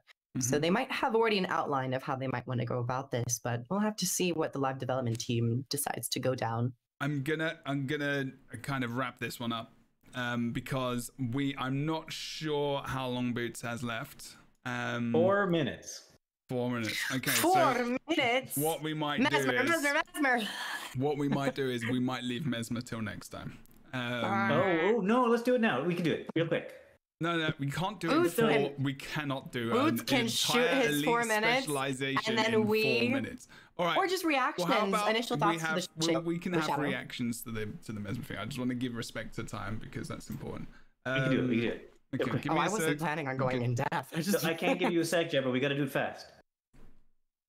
All Timber. right, what do you think about it? I'm bringing it up. You guys can talk about it. You don't need me here. It's a spear. What is going on? So we've got a basically we had a preview of potentially a class. Now we're not going to say whether or not we know exactly what class it is 100%, but it feels like it's a Mesmer. It's It's a pink. Mesmer. It's got. It's pink. It's got a spear. Is it a spear? It's definitely a spear. Is it? You could tell. You could tell. Look at the top left, well, their shoulder, their left shoulder. You could see their finger pointing like this, Ooh. and above their finger, where nothing should be, There's there's a like bulb. a pommel, and it's Now- perfectly in line Is it for. attached? Is it just a shoulder piece of armor though? They don't have the same thing on the other side. They Also, don't, it's it's not. perfectly But in line Guild Wars with 2, a everything is spear. very, very symmetrical. We know that. Exactly, it's perfectly in line with the spear. Now, I've seen a pretty good artistic rendering of this where somebody has like theoretically filled in the interior in which it is 2 daggers and the I've seen one that that as is well. the one that's being held is like in this hand is being held like Nah. this, and then you actually have this and then like little tassels that are hanging off of it. No, That's it's the going like this. intention of this. Is there a link? Are Yeah. you joking about that, or are you No. deadly serious? I've not I saw seen that it. too on Reddit. Wait, Yeah, wait. I've seen this. Wait. Let me see if I wanna can find share it. I'll try and send it to you. So like I there don't is agree that with that. Because the tassels would have been, I think, because visible on the Griffins other are dagger as spear. well. on the other dagger. also See, want I spear. thought the same. I think it I could be think- either. I think it could be dagger, or spear. I'd be happy with either one, but I really hope it's spear. Quick context for anyone that's listening to this, and I will include this in the description. Basically, and if you're watching this, you obviously see what we're talking about. With one of the posts that came out with the announcement of like Colin coming back and Josh coming back, they released just a preview image. They barely spoke about it, and it's just these 5 kind of. I don't want to say that it's a dagger because someone will get like, give me shit. I don't know, like whether or not it's on Reddit, on YouTube, whatever. It's 5 weapons above their head, all pointing towards the same way they're walking. They're looking at the camera. It's a silhouette kind of image. There's a sword or a dagger or a spear behind their back kind of thing coming out. I will link it in the description. All as right. well. So someone There in you go. in chat says, "Why would they hold a spear so close to the tip?" The answer is because it's a 2-handed spear. This person is holding the spear down here. The back is going out the back. They're pointing like this. The reason why they're pointing like this is because they've got 5 mind daggers, mind spears, mind lances that they are directing to go projectile at their enemy. And yes. And then once they project it, they're gonna go grab the spear again. Question: are we looking at the front of the character, or are we looking at the back of the character? Front. The front. You Oh, can I thought count. first- Think about Yeah. They're it. pointing this. Think Definitely about in the it. front. They're pointing. They're pointing. Well, the feet. Think about Look it. at the feet. Like, Look at the character. Think about it. Are we looking Okay, at the hold front, on. or are we looking at the back? I mean, Look I at think the you could knees. maybe make an argument for it being the back, but I definitely think it's the front. So I we're don't all know. talking about like I don't know. we're all talking about really intricate details about this character, and Jebra's like, but wait, maybe it's all just a butt. No, oh my God, we're just looking at the That's what backside. I'm talking about. I'm talking about if we're looking at it from the back, like it Here's can change what things. I don't know. think. I'm just asking questions. That's all. it would be very strange for it to be from the back because you can, at least the way I see it, you can count the individual fingers on this character's left hand. You could see the pinky, the ring, the middle finger, and Wait, where? probably the index finger just pointing out. Yeah. The hand that does not have the dagger, you can count 4 individual lines Here. for your phalanges, and then the thumb is probably hidden in the shadowed part. I think it's probably a spear as well because of the bulb. It would be weird that the thumb is so rounded and so extended, and I don't think it's a shoulder piece. I would like for it to be a spear, but I'm also perfectly fine with it being a dagger. So that's my piece. This whole image is playing on the mind of everyone. This is the point of these. They've always done this. They've Yes. always done this. And You know this what'd be is the bit. interesting? This You know is what'd be why very it's so cool. interesting if they put this out not to play on the mind of everybody, but to literally get everybody hyped about us getting spears. And then the fact that we're like so wishy-washy about this, they're like, oh shit, you're right, it could look like a dagger. Yes. I really feel bad that like there's gonna be some disappointment here. Oh, interesting. Okay, let me just I'll try and bring this up. There we go. Okay, that's one of cool. those That's very well done. awesome Isn't it? things. That's great. I like that. I want to combat the idea of that every class that gets a dagger needs dual daggers. I think it worked for warrior, and I think it was special for warrior considering their lore that they are masters of weaponry. But I don't think every character who gets a dagger or some main hand needs to have it duplicated. I think And people just I feel like it 'cause it it's steps fun. on the toes and it feels weird. I'd be fine with it was just being like a main dagger. That's a cool. They've done quite well with that image. Actually, I don't know whoever did that. Yeah. I like the idea of a spear. Like, I'll be honest, I've already been advocating for spears and halberds just left and right because There I you think go. it'd be so that's fun. perfect. That actually is Trident. exactly that is exactly what I was thinking that was. That was some kind of thing which either coming off the shoulder or is coming off of their whatever weapon they're pointing at us. Yeah. They are holding that other dagger very strangely. Yeah. Yes, I mean, They're like, we gotta No, fit but this look, it's dagger a- in but somehow it's- because but we're it's into this not- double dagger narrative. That's not a that's like technically Also, it wouldn't make sense. what is it, double ended? What's the It's It got would the be like- dagger on each side. And that's where the Yeah, handle is. So it's that's a the only double- place you double can This hold it. dagger is very sticky, so I'm gonna hold Yeah. it like this. Though I guess in this image they say that's the tassels, but if that were the case, you would probably see the tassels on the other the other Side. side.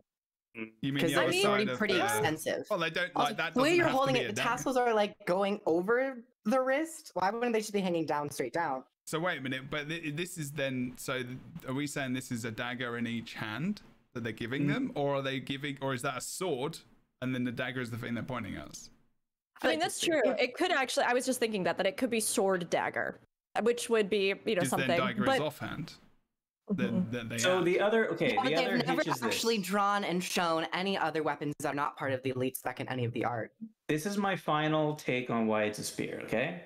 Because of the design of the if it's a dagger. That design is, if anything, a very Elonian design for a blade, because I think we have something like that already. And I don't think that they're going to be having using that weapon if it's a dagger in Cantha, if it's the new place's dagger. So I think it's a spear because that is a very spear-like head. Are you very much wanting spear in Ender Yes. Dragons? Yes, of course. Could that I be am as well. clouding Could that your be- judgment? yes. My judgment doesn't get clouded. My judgment is as clear as a summer's day. In what country? In England. I mean, I'm either way. I think it's cool. So I mean, at least it gives us some kind of area to look at. Like, and this is the thing, right? How much this drummed up in terms of excitement, in terms of just like one image where you can get a lot from that. Also, just to point at the edge a little bit more, that I don't Mhm. see a lot of people talking about this. Under the armpit of their left arm, you see something sticking out, and that could be the spear's base. Oh, not you even know the what? rounded part. T.O., I'm retracting my entire statement. You think it's dagger? No, I don't think it's dagger. I just don't think the thing at the top top left shoulder is the pommel of is the butt of the spear. Because first of all, it's too big at the angle that the spear is being held for that to be the butt of the spear. And second of all, I think I know what that is. Look at her cufflink on her other arm. I think it's like a rounded cufflink. Yeah. It's not, Oh, it's yeah. not the rest of the Yeah. spear. That top on Yeah. her But left, the their left spear- shoulder. Like that's But there that's is this definitely weird it. like divide in between the armpit and the arm where there's like things sticking out, which could be the spear's base. But I'm in favor of spear or dagger. So I still think spear, but it's definitely a rounded yeah, that's cufflink, not the true. butt of a spear. There is something there, isn't there? That may be more accentuated by the artist as well, though. I guess when they've filled in that bit, but then it's either way. Give us more. Give us more of it. Give us more. please. more. It is More. only July. We've got like another 6 months at least until it comes out. I so would they've like to gotta see keep- yeah. another teaser. One a I'd be down month, for the maybe teaser right two a before. month, two every month. Give us a little bit of No, images. I feel like they're gonna show all the elite specs on the live stream. Before the live stream, I'd like to maybe see You one think more they're going to show teaser. everything on the live stream? July 27th? Yeah, why wouldn't they? They did it for Path of Fire.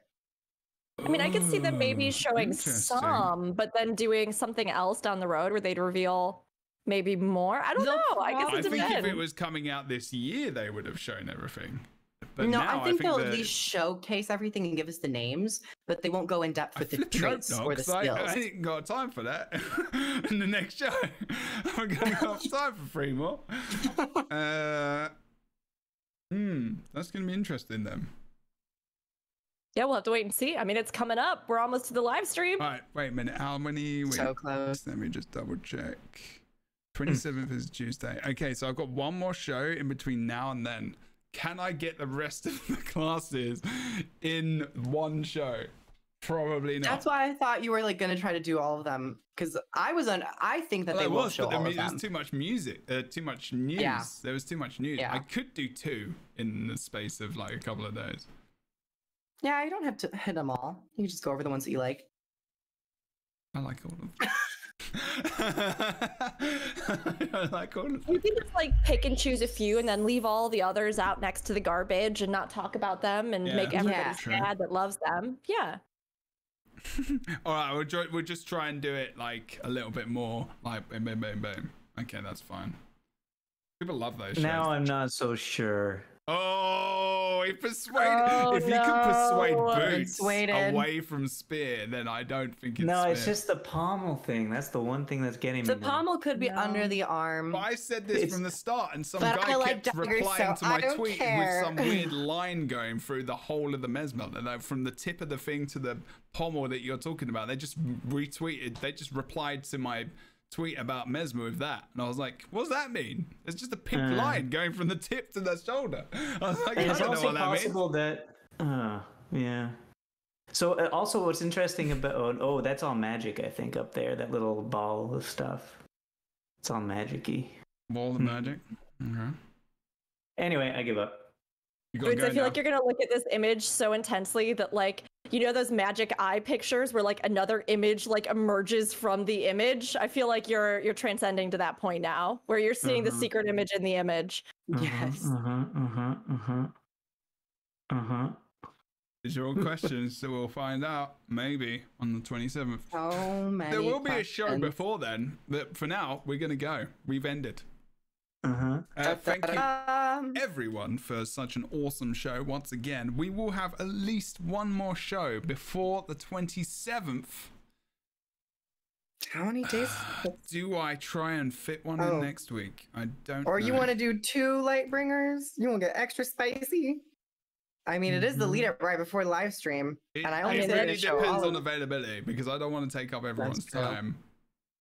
Like, I don't have anything for, going like, on, next Friday so and the count me week in. after. So it's straight like everyone, like you can tell me if you want to do one next Friday. I will happily do another one, and we'll happily do elite specializations, getting the rest of them done the next 2 weeks. That could be the special edition Lightbringers, boom, leading up to 20 episodes of awesome, because that's what it's going to oh my be. god. Because the 20th episode is going to be post 27th. Oh. It's probably just a dagger. Jeez. I still look at. Boots is so crushed. So you what- hold on to this. You don't look at. I'm gonna delete that picture I put in our chat. Get out. Just look No, I'm at not even looking at the armpit. picture. I'm looking at the silhouette still now. Just look at the silhouette under the armpit. There's something jutting out. That could be the base of the spear. It would work It could perfectly be. with the line. It would look symmetrical. It would everything. Boots. I They don't already care what have. it is. I'm They already excited. have the models for Spear in the game. Why not? I know. repurpose I that? still think I totally agree that You spear fueling should it. just be a land I'm weapon fueling too. We're In just fact, saying that. they've wasted. They're wasting so many. Like all the. It So doesn't much make any potential. sense that they would just leave them all those weapon skins in the water. It doesn't make any I sense know that what they leave Boots' so new many. video like- should be on YouTube.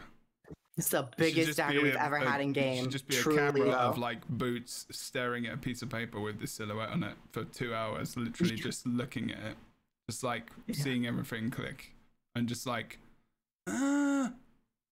Just a dagger, though. That is massive. I'm gonna Big say. dagger. It's too. I don't think it's huge. gotta be a spear. Some It's people gotta be like a spear. big dagger. Some people like a small dagger. That's all I'm gonna say. You know, I don't know what Mesmer to is say. compensating for something. Oh my gosh, this is really devolved, but I'm not surprised in the least. It devolved before we started. You did. Honestly, it devolved when I invited you all to come on the show. You knew you were setting That's up what for happened. guys. It's like it's never not devolved. It devolved. I agree when with I thought Empress. about It's even really, having it. it's really about how you use your dagger, not about how big or small it is. Exactly. Yeah, where you Mm, store it, true. what like how you know, How you Maintain keep it. it. How you Keep clean it. it. Upkeep. how you clean it is extremely know. important. It's very, You gotta very sharpen important. it a little bit. Yeah. You know, make sure you're well Sharpen it. experienced. Got to make wielding sure it. it glides very well through the air. What I'm about to say was going to sound really bad, but as somebody who did swordplay, this is a real thing. So you can take it for real and not just as a spicy joke. You got to oil it really Yeah. good. You got to oil it You and do. keep that blade. You do have to. You do have to. And also, yeah, sharpening, oiling, much work needs to be done at times. Yeah. On Touché. that note, Oh. the podcast is now not clean at all and is explicit, and will reach half the audience than it was originally intended to. But I don't care because it's the end of the show. And it's been a good, funny one again. Mixed emotions all round. We've talked about all the things again today. Insinuated many things, double entendres, and all the stuff. Or that's just the way I say it, apparently, or English people. Double. Double. Double Yes. entendre? Double Double entendres. See, there you go. Exactly. Different people say it different ways, stream. I was given a lot of crap about that the other day. I might just be wrong. Oh shit, I'm moving everyone. Oh, whoops. Sorry. There you go. Okay, we're leaving. Right. There might be a show next week, next Friday. It might not be the same people. I'm not going to pressure everyone to come back. It's up to them. If they are able to, that would be awesome. It will be another elite specialization talk, and we've got loads of people we can ask if we can't. But I will probably pile 2 in a row because before the 27th, I'm not sure if that's going to happen. Even if we just do a speculation before and a speculation down the line, it doesn't matter because it's my damn podcast and I don't care. But a chest, tell us what you do, where you do it, and yeah. Yes, you can usually find one new YouTube video a week, sometimes with bonuses over on YouTube. Bird of Chess. I am Bird of Chess everywhere. You can usually catch me So live there, on my is it? own stream. It's this way directly. I'm pointing for anyone who doesn't know. Excellent. Head this way to YouTube, Bird of Chess, and that's where you'll find usually a video aiming to go up on Tuesdays once a week. After that, we're usually live on my own channel, which is twitch.tv, Bird of Chess, you guessed it. And that's usually Wednesday through Friday. And then Saturdays, we're normally live with the Aetheryte Radio podcast. I don't want to say that one day Aetheryte Radio and LightBringers should fight to the death, but like maybe we should do that or do like a collab, you know, just or like a fight club kind of thing. I think that'd be hilarious. But Wait, why do you all of a sudden want us to fight and free other people? Just like, why Jesus Christ, this escalated quickly. Why? I'm just modeling the possible guild versus guild battle arena, but with podcast versus podcast. I'm 100% down. That's feel fun. like that's a world I want to be in where podcasts fight each other instead Yes. of. Yeah. It'd be hilarious. Be very good. But you can usually find me over there at Aetheryte Radio on Saturdays, over with Gamer Escape. And yeah, we're obviously here, and that's always great to be here. So thank you again so much, Jeb, for inviting me yet again to contribute what I may to the conversation and cackle like a banshee in the distance. So, That's allowed and fine and good. Bird of Awesome. Chess everywhere. Twitter Go. everywhere. Do it. Google. Whatever you want to do. Birds of Chess doesn't know how to play chess. Sounds like a good time to me. Liar. A liar. Boots. That's me, Bird of Chess, bona fide liar. Sometime. Boots, what do you do? Where do you do it? Tell us about yourself before we head off. The world of vendors everywhere. YouTube That's and technically Twitter. a lie. Yeah, that is a lie. Sorry. We're all lying here. Wow, Boots also bona fide liar. Like, I Why have is a everyone Twitch lying channel so much today? technically. It's not World of Vendors, but I just don't stream. So don't. Yeah. Anyway, yeah. YouTube, Twitter, and also host of Ascalon. I don't know when the next one is. Some Wednesday coming up. and here and there. There we go. That's my blurb. Good one. I liked it. And awesome to have you as well. Kroof, back for another one. Tell us all the things. Where do we go? How do we go there? Well, you've invited me yet again, and this has been yet another wonderful thing. I've been so happy to be here. Yeah. I eat flour cornbread in my kitchen, and so I'll do that afterwards. But you cannot join me there. So you might have to join me on my YouTube, or my Twitch, or my Twitter. And I promise it's the safest, fun, most clean, and wholesome time you will ever have. I just also want to be a bona fide liar, so. And everyone is But lying I do a today, lot of videos about Guild Wars 2 and all the things over on YouTube. I post like 2 videos a week. And on Twitch, I'm streaming a bit more regularly on Tuesdays, Wednesdays, and Thursdays. And I'm having a wonderful time playing Guild Wars 2. And now I finished Final Fantasy Realm Reborn. So we're kind of like touching a little other, MMO if we can. But thank you for the invite. I love being here. And Jebro, your characters are beautiful. So. Aww. Continues to lie. His Yeah. face. Continues to lie. Boots, your face is also beautiful. You should just Thank put you that for out your there. comment. It's, Yes. it's pinned. Oh, you commented on this video to make him feel better. It Oh made my me God. feel real good. Oh, I'll go do it as I well. checked their Bad. recent Lightbringer one. I added a comment. Did you? Oh, I did. Oh, interact with all the videos. Absolutely do it. Yeah. So the video that you literally did with Wooden Potatoes, which got released 3 hours ago, has literally been debunked on this podcast. Is that what you're saying? That's so sad. You've debunked yourself? I debunked myself. Yeah. Oh my When god. I'm given- This is the when I'm best given- content. This is When better I'm than given Wooden more Potatoes. than well, I mean, I think the Official. takeaway is still everything I said in that video, Is but incorrect, just yes. the pommel. No, just the pommel is different. But what was I gonna say? Oh yeah, that's what happens when I have more than I'm 15 English, minutes to brother, think about Jess. Get used something. to it. We'll send you some nice coping the secret is I mechanisms. actually love Boots very much. Oh man. Aww. I do. Boots is good people, man. Brooke and I will be Boots is good sitting here people. just crying to I ourselves. guess Kroof and I can just go screw Hey, ourselves. we hung out. Yeah, we hung no. out 6 You know years what? ago. Kroof, was good. I Have enough love, time. yeah, Kroof, I love you. I love Good. you. Oh. There's so much love going on here. Hopefully, at the next event, we can all stand around together and be awkward. Yeah. And sing Kumbaya. Oh yes, that would be lovely in person. Oh, It'd be Mm. great. Don't know about the Also, there's no kumbaya. way. Has it been 6 years? No, it's not been 6 years, Jeb. No, we it's saw just each other like, well, last. I wasn't talking about it. That's why. Oh, okay. I was like, please tell me that more time. Please don't make me feel so old. It's got to have been at least, what, 2, 3, I 2? was talking about Boots. Man, just inserting themselves into my friendship conversation. Sorry. I'm so sorry. I just wanted to get in there where the love is. It's beautiful here. Yes, indeed. Did meet Jess a couple of years ago. It wasn't that long ago, no. But it was, I think it was 2018. Or was it 2019?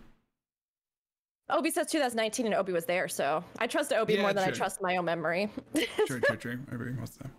Yes. Okay, that's all right then. Okay, people. Random reminiscing about the things. And it was awesome to meet Better Jess and talk to everyone about how awesome we felt that that preview event was. Okay, it was definitely a thing and it was fun. So, goodbye. Okay. Bye. hasta luego. Muchas gracias. Everyone, see you soon. Au revoir, tout le monde. Maybe there will. Oh yeah, I need to introduce myself. Forgot about that. I keep doing that. Everyone tells me off. Jebro. I am Jebro. Jebro Unity. Twitch.tv/Jebro Unity at YouTube, Twitter, all the things, Instagram stuff. I've even got a only knee fans pics. Oh no, it's a lie. I don't. That's not a thing. Only knee fans is not a thing. Loads of stuff. Just look up Jebro Guild Wars 2 or anything else actually. Just anything. Jebro cleaning. Jebro climbing a mountain. Like William Shatner. Loads of stuff. You have to be one with The Rock. Hardly anyone gets that, probably. But also, I will see you later. Please come and watch the podcast. It's a very good podcast. This is the 17th episode. We are doing them every 2 weeks. Next week, there may even be another one. Anchor.fm/Jabrini. Go and check it out. It's good. It's got loads of my past ESO podcasts on it as well, which are very, very awesome. There's like 30 episodes on there with top bunch of creators. But this is awesome. Goodbye. Boost has to go. I'll see you later. Thanks so much for watching. Take care and have everyone. an apple a day. Bye. As like the people say. Okay, see you guys later. Bye. Bye, Boots. Be free. Be free.